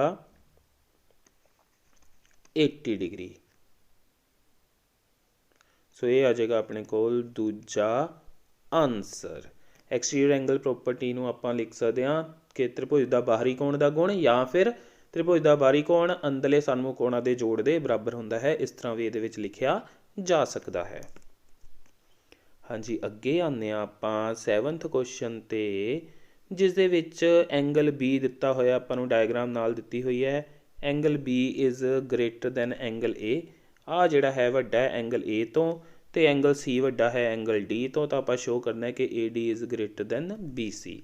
ओके, हुण एंगल बी है जिहड़ा ओह वड्डा है एंगल ए तो, ते in triangle O A B यानी त्रिभुज ओ ए बी दे विच एंगल बी एंगल ए तो वड्डा है, तो आपां नूं पता है कि वड्डे एंगल के सामने वाली साइड है जिहड़ी ओह वड्डी हुंदी है, तो छोटे एंगल के सामने वाली साइड हुंदी है छोटी। सो एंगल बी के सामने जिहड़ी साइड है इस ट्रायंगल की यानी कि ओ ए, वो होएगी वड्डी, ओ ए वड्डी है एंगल ए के सामने वाली साइड ओ बी तो। पिछे रीजन तुसीं यही लिख सकते हो जो मैं हुणे तुहानूं दस्सिया कि त्रिभुज विच वड्डी भुजा दे सन्मुख कोण वड्डा हुंदा है, तो इंग्लिश मीडियम वाले स्टूडेंट्स लिख सकते हैं angle opposite to longer side is greater. हाँ जी, वो रीजन तुसीं इत्थे लिख देना है। इनू देंगे आपां नंबर 1। उस तो बाद हुण दूसरी ट्रायंगल चाहिए, in triangle O C D यानी कि त्रिभुज ओ सी डी विच इहदे विच कौन वड्डा है, कौन सी वड्डा है, angle C is greater than angle D, तो एंगल सी दे ओपोजिट जिहड़ी साइड है यानी कि ओ डी वो होएगी वड्डी, which implies O D is greater than, तो एंगल डी दे सामने वाली साइड है अपने कोल ओ सी, उस तो वड्डी होएगी। ये पिछे सेम रीजन लिखांगे जो पहला तुहानूं बोलिया, ये आएगा नंबर 2, दोनों नूं आपां ऐड कर देंगे 1 + 2, तो इस साइड ते ओ ए ते O D left hand side ते दोनों ऐड हो जाएगियाँ, O A + O D greater than दूसरी साइड ते ओ बी ਤੇ OC ਐਡ ਹੋ ਜਾਣਗੇ। ਸੋ OA ਤੇ OD, OA ਤੇ OD, OA ਤੇ OD ਇਹਨਾਂ ਨੂੰ ਜੋੜ ਕੇ ਬਣ ਗਿਆ ਆਪਣੇ ਕੋਲ AD। ਵੱਡਾ ਆ ਜਾਏਗਾ OB ਤੇ OC ਨੂੰ ਐਡ ਕਰਾਂਗੇ ਤਾਂ ਉੱਥੋਂ ਆ ਜਾਏਗਾ ਆਪਣੇ ਕੋਲ BC। ਸੋ AD ਗ੍ਰੇਟਰ ਦੈਨ BC ਆ ਗਿਆ ਆਪਣੇ ਕੋਲ। ਇਹੀ ਆਪਾਂ ਸਿੱਧ ਕਰਨਾ ਜੀ। ਸੋ ਇੱਥੇ ਲਿਖ ਸਕਦੇ ਹਾਂ ਸਿੱਧ ਹੋ ਗਿਆ, ਯਾਨੀ ਕਿ ਹੈਂਸ ਪ੍ਰੂਵਡ। ਸੋ ਇਹ ਹੋਇਆ ਆਪਣਾ ਕੁਐਸਚਨ ਕੰਪਲੀਟ। ਹਾਂਜੀ, ਅੱਗੇ ਜਿਹੜਾ ਕੁਐਸਚਨ ਹੈ ਸੰਭਾਵਨਾ ਦਾ 8ਵਾਂ ਕੁਐਸਚਨ। ਆਟੇ ਦੀਆਂ 11 ਥੈਲੀਆਂ ਨੇ, ਉਹਨਾਂ ਦੇ ਉੱਤੇ 5 ਕਿਲੋਗ੍ਰਾਮ ਅੰਕਿਤ ਹੈ ਅਤੇ ਅਸਲ ਦੇ ਵਿੱਚ ਉਹ ਥੈਲੀਆਂ ਦੇ ਵਿੱਚ ਕਿੰਨਾ ਕਿੰਨਾ ਆਟਾ ਉਹ ਤੁਸੀਂ ਦੇਖ ਸਕਦੇ ਹੋ। ਆਪਾਂ ਨੂੰ ਨਾਲ ਦਿੱਤਾ ਗਿਆ ਹੈ 4.97 ਹੈ, ਫਿਰ 5.05 ਹੈ, ਇਸ ਤਰ੍ਹਾਂ ਬਾਕੀ ਦੀਆਂ ਵੈਲਿਊਜ਼ ਤਾਂ ਕਹਿੰਦਾ ਹੈ ਅਚਾਨਕ ਚੁਣੀ ਗਈ ਹੈ ਇੱਕ ਥੈਲੀ ਜਾਂ ਜਿਹੜਾ ਬੈਗ ਹੈ ਅਤੇ ਉਹਦੇ ਵਿੱਚ ਜਿਹੜਾ ਆਟਾ 5 ਕਿਲੋਗ੍ਰਾਮ ਤੋਂ ਜ਼ਿਆਦਾ ਹੋਵੇ ਜਾਂ 5 ਕਿਲੋਗ੍ਰਾਮ ਤੋਂ ਉਹ ਭਾਰੀ ਹੋਵੇ। ਸੋ ਆਪਾਂ ਵੱਧ ਵਾਲੀਆਂ ਦੇਖਣੀਆਂ ਨੇ। ਸੋ ਇਹਦੇ ਵਿੱਚ P ਬ੍ਰੈਕਟ 'ਚ ਬੈਗ 5 ਕਿਲੋਗ੍ਰਾਮ ਤੋਂ ਭਾਰਾ, ਸੋ ਇਹ ਆ ਜਾਏਗਾ। ਅਤੇ ਇੰਗਲਿਸ਼ 'ਚ ਲਿਖਿਆ ਜਾਏਗਾ P ਬੈਗ ਹੈਵੀਅਰ ਦੈਨ 5 kg। ਸੋ ਸਾਹਮਣੇ ਸੰਭਾਵਨਾ ਦਾ ਫਾਰਮੂਲਾ ਜਿਹੜਾ ਹੁੰਦਾ ਹੈ ਅਨੁਕੂਲ ਪਰਿਣਾਮਾਂ ਦੀ ਸੰਖਿਆ ਵਟੇ ਕੁੱਲ ਸੰਭਵ ਪਰਿਣਾਮਾਂ ਦੀ ਸੰਖਿਆ, ਜਾਂ ਅਨੁਕੂਲ ਨਤੀਜਿਆਂ ਦੀ ਸੰਖਿਆ ਵਟੇ ਕੁੱਲ ਨਤੀਜਿਆਂ ਦੀ ਸੰਖਿਆ। ਅਤੇ ਇੰਗਲਿਸ਼ ਮੀਡੀਅਮ ਵਾਲੇ ਸਟੂਡੈਂਟਸ ਲਿਖ ਸਕਦੇ ਨੇ number of favourable outcomes over total number of outcomes. ਹੁਣ 5 ਤੋਂ ਜ਼ਿਆਦਾ ਵਾਲੇ ਕਿਹੜੇ ਨੇ? 1 2 3 4 5 6 ਅਤੇ 7।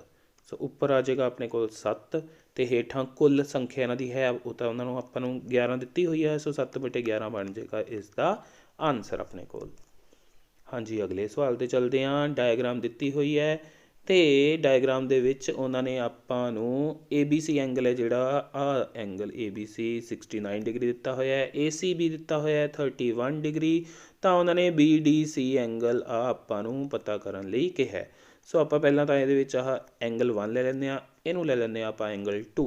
ਸਭ ਤੋਂ ਪਹਿਲਾਂ ਆਪਾਂ ABC ਟਰਾਇੰਗਲ ਦੇ ਵਿੱਚੋਂ ਐਂਗਲ ਸਮ ਪ੍ਰੋਪਰਟੀ ਦੇ ਥਰੂ ਐਂਗਲ 1 ਕੱਢਾਂਗੇ। ਸੋ ਇੱਥੇ ਲਿਖਿਆ ਜਾਏਗਾ ਆਪਣੇ ਕੋਲ ਇਨ ਟਰਾਇੰਗਲ ABC ਯਾਨੀ ਕਿ ਤ੍ਰਿਭੁਜ ABC ਵਿੱਚ angle 1 plus 69 degree plus 31 degree is equals to 180 degree. ਪਿੱਛੇ ਰੀਜ਼ਨ ਤ੍ਰਿਭੁਜ ਦੇ 3 ਕੋਣਾਂ ਦਾ ਜੋੜ 180 ਡਿਗਰੀ ਹੁੰਦਾ ਹੈ, ਯਾਨੀ ਕਿ ਐਂਗਲ ਸਮ ਪ੍ਰੋਪਰਟੀ। ਸੋ ਇੱਥੋਂ ਆ ਜਾਏਗਾ ਆਪਣੇ ਕੋਲ ਐਂਗਲ 1 ਪਲੱਸ ਇਹਨਾਂ ਨੂੰ ਜੋੜਾਂਗੇ ਤਾਂ ਆਪਣੇ ਕੋਲ ਇਹ ਬਣ ਜਾਏਗਾ 70 ਤੇ 30 100 degree is equals to 180 degree. ਇਹ ਜਾ ਕੇ ਹੋਏਗਾ ਸਬਟਰੈਕਟ, ਤਾਂ ਐਂਗਲ 1 ਦੀ ਵੈਲਿਊ ਆ ਜਾਏਗੀ ਆਪਣੇ ਕੋਲ 180 ਦੇ ਵਿੱਚੋਂ 100 ਨੂੰ ਸਬਟਰੈਕਟ ਕਰਕੇ ਇਕੁਅਲਸ ਟੂ 80 ਡਿਗਰੀ। ਸੋ ਆਹ ਐਂਗਲ ਆ ਗਿਆ ਆਪਣੇ ਕੋਲ 80 ਡਿਗਰੀ। ਹਾਂਜੀ, ਹੁਣ ਜਦੋਂ ਇਹ ਐਂਗਲ ਆਪਾਂ ਨੂੰ 80 ਡਿਗਰੀ ਮਿਲ ਚੁੱਕਾ ਹੈ ਤਾਂ ਆਪਾਂ ਦੇਖ ਸਕਦੇ ਹਾਂ ਕਿ ਜਿਹੜੀ BC ਹੈ ਕੋਡ ਉਹ A ਐਂਗਲ ਬਣਾਉਂਦੀ ਪਈ ਹੈ ਅਤੇ BC ਹੀ ਬਣਾ ਰਹੀ ਹੈ ਐਂਗਲ DV। ਸੋ ਇਸ ਤਰ੍ਹਾਂ ਦੇ ਜਿਹੜੇ ਕੋਣ ਹੁੰਦੇ ਨੇ ਉਹ ਹੁੰਦੇ ਨੇ ਆਪਣੇ ਕੋਲ ਇੱਕ ਹੀ ਚੱਕਰਖੰਡ ਵਿੱਚ ਬਣੇ ਕੋਣ, ਯਾਨੀ ਕਿ ਐਂਗਲਸ ਇਨ ਦਾ ਸੇਮ ਸੈਗਮੈਂਟ। ਅਤੇ ਇਸ ਤਰ੍ਹਾਂ ਦੇ ਕੋਣ ਹੁੰਦੇ ਨੇ ਆਪਸ ਦੇ ਵਿੱਚ ਬਰਾਬਰ। ਸੋ ਜਿਹੜਾ 2 ਹੈ ਉਹ ਵੀ 1 ਦੇ ਬਰਾਬਰ ਹੀ ਹੋਏਗਾ। Now angle 2 is equals to angle 1। ਪਿੱਛੇ ਰੀਜ਼ਨ ਦਿੱਤਾ ਜਾਏਗਾ ਇੱਕ ਹੀ ਚੱਕਰਖੰਡ ਵਿੱਚ ਬਣੇ ਕੋਣ ਸਮਾਨ ਹੁੰਦੇ ਹਨ, means angles in the same segment are equal. ਸੋ ਉੱਥੋਂ ਆ ਜਾਏਗਾ ਐਂਗਲ 2 ਇਕੁਅਲਸ ਟੂ 80 ਡਿਗਰੀ। ਸੋ ਇਹ ਬਣ ਜਾਏਗਾ ਇਸ ਦਾ ਆਨਸਰ ਆਪਣੇ ਕੋਲ। ਹਾਂਜੀ, ਅੱਗੇ ਆਉਂਦੇ ਹਾਂ ਆਪਾਂ 10th ਕੁਐਸਚਨ 'ਤੇ ਕਿ ਸਮਚਤੁਰਭੁਜ ਦੇ ਵਿਕਰਣਾਂ ਦੀ ਲੰਬਾਈ 16 ਸੈਂਟੀਮੀਟਰ ਤੇ 12 ਸੈਂਟੀਮੀਟਰ ਦਿੱਤੀ ਹੈ ਅਤੇ ਸਮਾਂਤਰ ਚਤੁਰਭੁਜ ਦੀ ਭੁਜਾ ਦੀ ਲੰਬਾਈ ਆਪਾਂ ਪਤਾ ਕਰਨੀ ਹੈ। ਓਕੇ, ਇਸ ਕੁਐਸਚਨ ਨੂੰ ਇੱਥੇ ਕਰਦੇ ਹਾਂ ਸੋਲਵ। ਸਭ ਤੋਂ ਪਹਿਲਾਂ ਤਾਂ ਸਮਚਤੁਰਭੁਜ ਯਾਨੀ ਕਿ ਰੰਬਸ ਜਿਹੜਾ ਹੈ ਉਹ ਡਰੋ ਕਰ ਲੈਂਦੇ ਹਾਂ ਇੱਕ ਆਪਾਂ,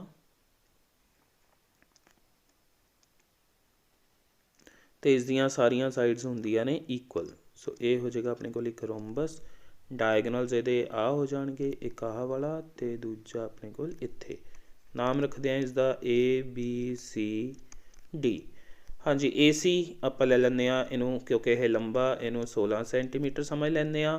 ਅਤੇ ਜਿਹੜਾ BD ਹੈ ਸੋ ਇੱਥੇ ਲਿਖ ਵੀ ਲੈਂਦੇ ਹਾਂ AC 16 ਸੈਂਟੀਮੀਟਰ ਅਤੇ BD ਆਪਾਂ ਇੱਥੇ ਲਿਖ ਲੈਂਦੇ ਹਾਂ ਬਰਾਬਰ 12 ਸੈਂਟੀਮੀਟਰ। ਹੁਣ ਕਿਉਂਕਿ ਜਿਹੜਾ ਸਮਚਤੁਰਭੁਜ ਹੈ ਇਹ ਸਮਾਂਤਰ ਚਤੁਰਭੁਜ ਯਾਨੀ ਕਿ ਪੈਰਲੈਲੋਗ੍ਰਾਮ ਦੀ ਹੀ ਟਾਈਪ ਹੈ ਅਤੇ ਇਸ ਦੇ ਜਿਹੜੇ ਡਾਇਗਨਲਸ ਹੁੰਦੇ ਨੇ ਯਾਨੀ ਕਿ ਵਿਕਰਨ ਇੱਕ ਦੂਜੇ ਨੂੰ ਸਮ ਵਿਭਾਜਿਤ ਕਰਦੇ ਨੇ। ਅਤੇ ਸਮਚਤੁਰਭੁਜ ਦੇ ਕੇਸ ਦੇ ਵਿੱਚ ਤਾਂ ਇਹ ਇੱਕ ਦੂਜੇ ਨੂੰ 90 ਦੇ ਕੋਣ 'ਤੇ ਕੱਟਦੇ ਵੀ ਨੇ। ਸੋ ਆਹ ਐਂਗਲ 90 ਹੋ ਜਾਏਗਾ। ਇੱਥੇ ਆਪਾਂ O ਲਈਏ ਤਾਂ ਪਹਿਲਾਂ ਆਪਾਂ AO ਦੀ ਲੰਬਾਈ ਕੱਢ ਲੈਂਦੇ ਹਾਂ, ਜੋ ਕਿ AC ਦੇ ਅੱਧ ਦੇ ਬਰਾਬਰ ਹੋਏਗਾ। ਸੋ AO ਆ ਜਾਏਗਾ ਆਪਣੇ ਕੋਲ 16/2 ਕੱਟ ਕੇ 8 ਸੈਂਟੀਮੀਟਰ। ਸੋ ਆਹ ਹੋ ਗਿਆ ਆਪਣੇ ਕੋਲ 8। ਤਾਂ ਇੱਥੋਂ ਆਪਾਂ OB ਕੱਢ ਸਕਦੇ ਹਾਂ, ਜੋ ਕਿ BD ਦੇ ਅੱਧ ਦੇ ਬਰਾਬਰ ਹੋਏਗਾ। ਸੋ OB ਹੋਏਗਾ ਆਪਣੇ ਕੋਲ 12/2 ਕਰਕੇ, ਇੱਥੋਂ ਇਹਦੀ ਕਟਿੰਗ ਕਰਕੇ ਆਪਣੇ ਕੋਲ ਆ ਜਾਏਗਾ ਇਹ 6 ਸੈਂਟੀਮੀਟਰ। ਸੋ ਇਹ ਆ ਗਿਆ ਆਪਣੇ ਕੋਲ 6। ਹੁਣ ਆਪਾਂ AB ਲੱਭਣਾ ਚਾਹੁੰਦੇ ਹਾਂ, ਤਾਂ AOB ਹੈ ਜਿਹੜੀ ਉਹ ਇੱਕ ਰਾਈਟ ਟ੍ਰਾਇੰਗਲ ਹੈ, ਯਾਨੀ ਕਿ ਸਮਕੋਣੀ ਤ੍ਰਿਭੁਜ ਹੈ। ਫਿਰ ਇਹਦੇ ਵਿੱਚ ਆਪਾਂ ਪਾਇਥਾਗੋਰਸ ਥਿਊਰਮ ਲਗਾ ਸਕਦੇ ਹਾਂ। ਨਾਓ ਇਨ ਟ੍ਰਾਇੰਗਲ AOB ਯਾਨੀ ਕਿ ਤ੍ਰਿਭੁਜ AOB ਵਿੱਚ AB square is equals to AO square plus OB square. ਤਾਂ AO ਹੈ ਆਪਣੇ ਕੋਲ 8 ਉਸਦਾ ਸਕੁਏਅਰ ਪਲੱਸ OB 6 ਉਸਦਾ ਸਕੁਏਅਰ। ਸੋ ਇਹ ਆ ਜਾਏਗਾ ਆਪਣੇ ਕੋਲ 64 ਅਤੇ 36 ਜੋ ਕਿ ਹੋ ਗਿਆ 100। ਸੋ ਇੱਧਰ 10 ਦਾ ਸਕੁਏਅਰ, ਉੱਧਰ AB ਦਾ ਸਕੁਏਅਰ, ਆ ਕੱਟਿਆ ਜਾਏਗਾ। ਤਾਂ AB ਆ ਗਈ ਆਪਣੇ ਕੋਲ 10 ਸੈਂਟੀਮੀਟਰ। ਸੋ ਜਿਹੜੀ ਲੈਂਥ ਆਫ ਸਾਈਡ ਹੈ ਉਹ ਆ ਗਈ ਆਪਣੇ ਕੋਲ 10 ਸੈਂਟੀਮੀਟਰ, ਅਤੇ ਇਹੀ ਆਪਣੇ ਕੋਲ ਬਣ ਜਾਏਗਾ ਇਸ ਦਾ ਆਨਸਰ। ਹਾਂਜੀ, ਅੱਗੇ ਆਪਣੇ ਕੋਲ ਆ ਰਿਹਾ ਹੈ 11th ਕੁਐਸਚਨ ਕਿ ਟਰਾਇੰਗਲ ABC ਵੀ ਇੱਕ ਸਮਕੋਣੀ ਤ੍ਰਿਭੁਜ ਹੈ, ਜਿਹਦੇ ਵਿੱਚ ਐਂਗਲ A 90 ਡਿਗਰੀ ਹੈ ਅਤੇ AB ਅਤੇ AC ਇਕੁਅਲ ਨੇ। ਤਾਂ ਐਂਗਲ B ਅਤੇ C ਜਿਹੜੇ ਨੇ ਉਹ ਆਪਾਂ ਪਤਾ ਲਗਾਉਣੇ ਨੇ। ਓਕੇ, ਹਾਂਜੀ, ਇਹਨੂੰ ਕਰਦੇ ਹਾਂ ਸੋਲਵ। ਫਿਰ ਆਪਾਂ 11th ਕੁਐਸਚਨ ਨੂੰ ਪਹਿਲਾਂ ਤਾਂ ਇਹਦੇ ਲਈ ਟਰਾਇੰਗਲ ਬਣਾਉਂਦੇ ਹਾਂ ਆਪਾਂ ਇੱਕ ABC। ਹਾਂਜੀ, ਇਸ ਤਰ੍ਹਾਂ ਦੀ ਟਰਾਇੰਗਲ ਬਣ ਜਾਏਗੀ ਆਪਣੇ ਕੋਲ। ਐਂਗਲ A ਦਿੱਤਾ ਹੋਇਆ ਉਹਨਾਂ ਨੇ 90 ਡਿਗਰੀ। ਇੱਧਰ ਲੈ ਲੈਂਦੇ ਹਾਂ B, ਇੱਧਰ ਲੈ ਲੈਂਦੇ ਹਾਂ C। AB ਅਤੇ AC ਨੇ ਇਕੁਅਲ, ਅਤੇ ਆਪਾਂ ਐਂਗਲ B ਅਤੇ ਐਂਗਲ C ਪਤਾ ਕਰਨੇ ਨੇ। ਹਾਂਜੀ, ਕਿਉਂਕਿ AB ਅਤੇ AC ਇਕੁਅਲ ਨੇ, ਇਸ ਲਈ B ਅਤੇ C ਐਂਗਲ ਹੋਣਗੇ ਆਪਸ 'ਚ equal. AB is equals to AC, so angle B is equals to angle C, ਕਿਉਂਕਿ ਤ੍ਰਿਭੁਜ ਦੇ ਵਿੱਚ ਸਮਾਨ ਭੁਜਾਵਾਂ ਦੇ ਸਨਮੁਖ ਕੋਣ ਵੀ ਸਮਾਨ ਹੁੰਦੇ ਨੇ। ਸੋ ਹੁਣ ਆਪਾਂ ਕੀ ਕਰਦੇ ਹਾਂ, ਇਹ ਦੋਨੋਂ ਇਕੁਅਲ ਨੇ, ਸੋ ਇਹਨਾਂ ਦੋਨਾਂ ਨੂੰ X ਲੈ ਸਕਦੇ ਹਾਂ। ਨਾਓ ਐਂਗਲ ਸਮ ਪ੍ਰੋਪਰਟੀ ਯੂਜ਼ ਕਰਦੇ ਹਾਂ। Angle A plus angle B plus angle C ਹੋਏਗਾ 180 ਡਿਗਰੀ। ਪਿੱਛੇ ਲਿਖਿਆ ਜਾ ਸਕਦਾ ਐਂਗਲ ਸਮ ਪ੍ਰੋਪਰਟੀ, ਯਾਨੀ ਕਿ ਤ੍ਰਿਭੁਜ ਦੇ ਤਿੰਨ ਕੋਣਾਂ ਦਾ ਜੋੜ ਬਰਾਬਰ 180 ਡਿਗਰੀ। ਹੁਣ ਐਂਗਲ A ਹੈ 90 ਡਿਗਰੀ ਅਤੇ B ਅਤੇ C ਨੂੰ ਆਪਾਂ X ਲੈ ਲਿਆ ਬਰਾਬਰ 180 ਡਿਗਰੀ। ਤਾਂ ਇਹ ਹੋ ਜਾਏਗਾ ਆਪਣੇ ਕੋਲ 2X। ਆਹ 90 ਜਾ ਕੇ ਉੱਧਰ 180 ਚੋਂ ਘੱਟ ਜਾਏਗਾ। ਤਾਂ 2X ਬਰਾਬਰ 90 ਡਿਗਰੀ, ਇੱਥੋਂ X ਬਰਾਬਰ 90 ਡਿਗਰੀ ਬਟੇ 2, ਕਟਿੰਗ ਕਰਕੇ ਆ ਜਾਏਗਾ 45 ਡਿਗਰੀ। ਅਤੇ B ਅਤੇ C ਦੋਨੋਂ ਹੀ X ਸੀ, ਸੋ B ਐਂਗਲ ਅਤੇ C ਐਂਗਲ ਦੋਨੋਂ ਹੀ 45 ਡਿਗਰੀ ਆਪਣੇ ਕੋਲ ਆ ਜਾਣਗੇ। ਹਾਂਜੀ, ਅੱਗੇ ਆ ਗਿਆ ਆਪਣੇ ਕੋਲ ED ਭਾਗ। ਇਹਦੇ ਵਿੱਚ ਜਿਹੜੇ ਸਾਰੇ ਕੁਐਸਚਨਸ ਨੇ ਉਹ 4-4 ਨੰਬਰ ਦੇ ਨੇ। ਪਹਿਲਾ ਹੈ ਉਹਨਾਂ ਦੇ ਵਿੱਚੋਂ 12th question 9x square plus 6xy plus y square. ਹਾਂਜੀ, ਇਹਨੂੰ ਫੈਕਟਰਾਈਜ਼ ਕਰਨਾ ਹੈ, ਯਾਨੀ ਕਿ ਗੁਣਨਖੰਡ ਬਣਾਉਣੇ ਨੇ ਇਹਦੇ ਆਪਾਂ। 9x square plus 6xy plus y square ਲਿਖਦੇ ਹਾਂ ਇੱਥੇ। ਹਾਂਜੀ, ਇਹਦੇ ਵਿੱਚ ਆਪਾਂ ਦੇਖ ਸਕਦੇ ਹਾਂ ਕਿ 9x ਸਕੁਏਅਰ ਹੈ, ਇਹਨੂੰ ਲਿਖਿਆ ਜਾ ਸਕਦਾ ਹੈ 3x ਦਾ ਹੋਲ ਸਕੁਏਅਰ, ਪਲੱਸ ਪਿੱਛੇ ਹੈ y ਸਕੁਏਅਰ, ਇਹਨੂੰ ਸਿੰਪਲੀ y ਸਕੁਏਅਰ ਲਿਖ ਸਕਦੇ ਹਾਂ। ਇੱਥੇ ਹੈ ਪਲੱਸ। ਹੁਣ ਆਪਾਂ 2 ਇੰਟੂ 3x ਇੰਟੂ ਆਹ ਜਿਹੜਾ y ਹੈ ਇੱਧਰੋਂ ਉਹ ਲਿਖ ਸਕਦੇ ਹਾਂ। ਤਾਂ ਇੱਥੋਂ ਇਹ ਆਪਣਾ A ਦਾ ਕੰਮ ਕਰ ਰਿਹਾ ਹੈ, ਇਹ ਕੰਮ ਕਰ ਰਿਹਾ ਆਪਣੇ ਕੋਲ B ਦਾ। ਤਾਂ ਕੀ ਬਣਿਆ A the square B the square 2AB। ਤਾਂ ਇਹ ਕਿਹਦਾ ਹੁੰਦਾ ਆਪਣੇ ਕੋਲ ਫਾਰਮੂਲਾ, ਇਹ ਹੁੰਦਾ ਹੈ A square plus 2AB plus B square ਬਰਾਬਰ ਹੁੰਦਾ ਹੈ A ਪਲੱਸ B ਦੇ ਹੋਲ ਸਕੁਏਅਰ ਦੇ। ਸੋ ਇਹਨੂੰ ਆਪਾਂ ਲਿਖ ਸਕਦੇ ਹਾਂ 3x ਪਲੱਸ y ਸਾਰੇ ਦਾ ਸਕੁਏਅਰ, ਯਾਨੀ ਕਿ 3x ਪਲੱਸ y ਅਤੇ 3x ਪਲੱਸ y। ਤਾਂ ਇਹ ਆ ਜਾਏਗਾ ਇਸ ਦਾ ਆਨਸਰ, ਕਿਉਂਕਿ ਪਾਵਰ ਸੀ 2, ਤਾਂ ਕਰਕੇ ਇਹਨੂੰ 2 ਵਾਰ ਆਪਾਂ ਲਿਖ ਲਿਆ। ਹਾਂਜੀ, ਅੱਗੇ ਆਉਂਦੇ ਹਾਂ ਹੁਣ ਆਪਾਂ ਬਿੰਦੂਆਂ ਨੂੰ ਸਮਤਲ 'ਤੇ ਅਲੇਖਿਤ ਕਰਨਾ, ਯਾਨੀ ਇਹਨਾਂ ਦਾ ਬਣਾਉਣਾ ਹੈ ਆਪਾਂ ਗਰਾਫ। ਆਹ ਵਾਲੇ ਬਿੰਦੂ ਨੇ ਆਪਣੇ ਕੋਲ। ਓਕੇ, ਇਹਨਾਂ ਦਾ ਗਰਾਫ ਬਣਾਉਣ ਦੇ ਲਈ ਸਭ ਤੋਂ ਪਹਿਲਾਂ ਆਪਾਂ ਜਿਹੜੀਆਂ ਐਕਸਿਸ ਨੇ ਉਹ ਡਰੋ ਕਰ ਲੈਂਦੇ ਹਾਂ। ਹਾਂਜੀ, ਪਹਿਲਾਂ ਤਾਂ ਇੱਧਰੋਂ ਆਪਣੇ ਕੋਲ ਆਹ y ਐਕਸਿਸ ਹੋ ਜਾਏਗੀ, फिर लैने आपां इधर एक्स एक्सिस ते उस तो बाद हुण आपां इन्हां उत्ते 1 2 3 4 ਉਹ मैंशन कर लैने आ। इत्थे लैने आ 1, इत्थे 2, इत्थे तीजा बिंदु, फिर चौथा आ जाएगा, फिर पंजवां। इस तरह इधर भी 1 2 3 4 4 नाल अपना सर जाएगा। सो 4 4 ले लैने दोनों पासे, 1 2 3 4, थल्ले नूं भी 1 2 3 ते आ हो गया अपने कोल 4, 1 2 3 4 5, इत्थे हो जाएगा 0 -1 -2 -3 -4, इधर अपने कोल आ जाएगा 1 2 3 4 ते हेठां -1 -2 -3 -4। हाँ जी, इधर ये है अपने को एक्स, इधर है एक्स माइनस का, इनू एक्स डैश कहते हैं, उपर वाई, हेठां वाई डैश। ओके जी, पहला बिंदु है -2 3, एक्स का -2 तो वाई का 3। हाँ जी, इधरों -2 तो जी सेध है वह जाएगी उपर नूं, उधरों 3 तो सेध आएगी वाई की, तो इत्थे आपां नूं जिहड़ा पहला बिंदु है वह मिल जाएगा। सो -2, 3। उस तो बाद एक्स का -1 वाई का 4, एक्स का -1 तो वाई का 4। सो इत्थों 4 तो सेध आ गई, तो इधरों -1 तो सेध जाएगी, तो आ जिहड़ा पॉइंट होएगा ये अपने को आ जाएगा -1, 4।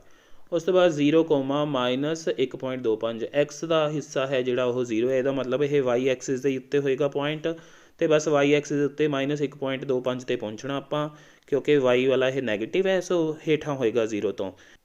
हाँ जी, आ -1। इस तो बाद जेकर -1 ते -2 के बिल्कुल विचकार रहीए तो वह हुंदा -1.5, तो ये विचकार रवांगे, इत्थे आ जाएगा अपने को ये वाला पॉइंट।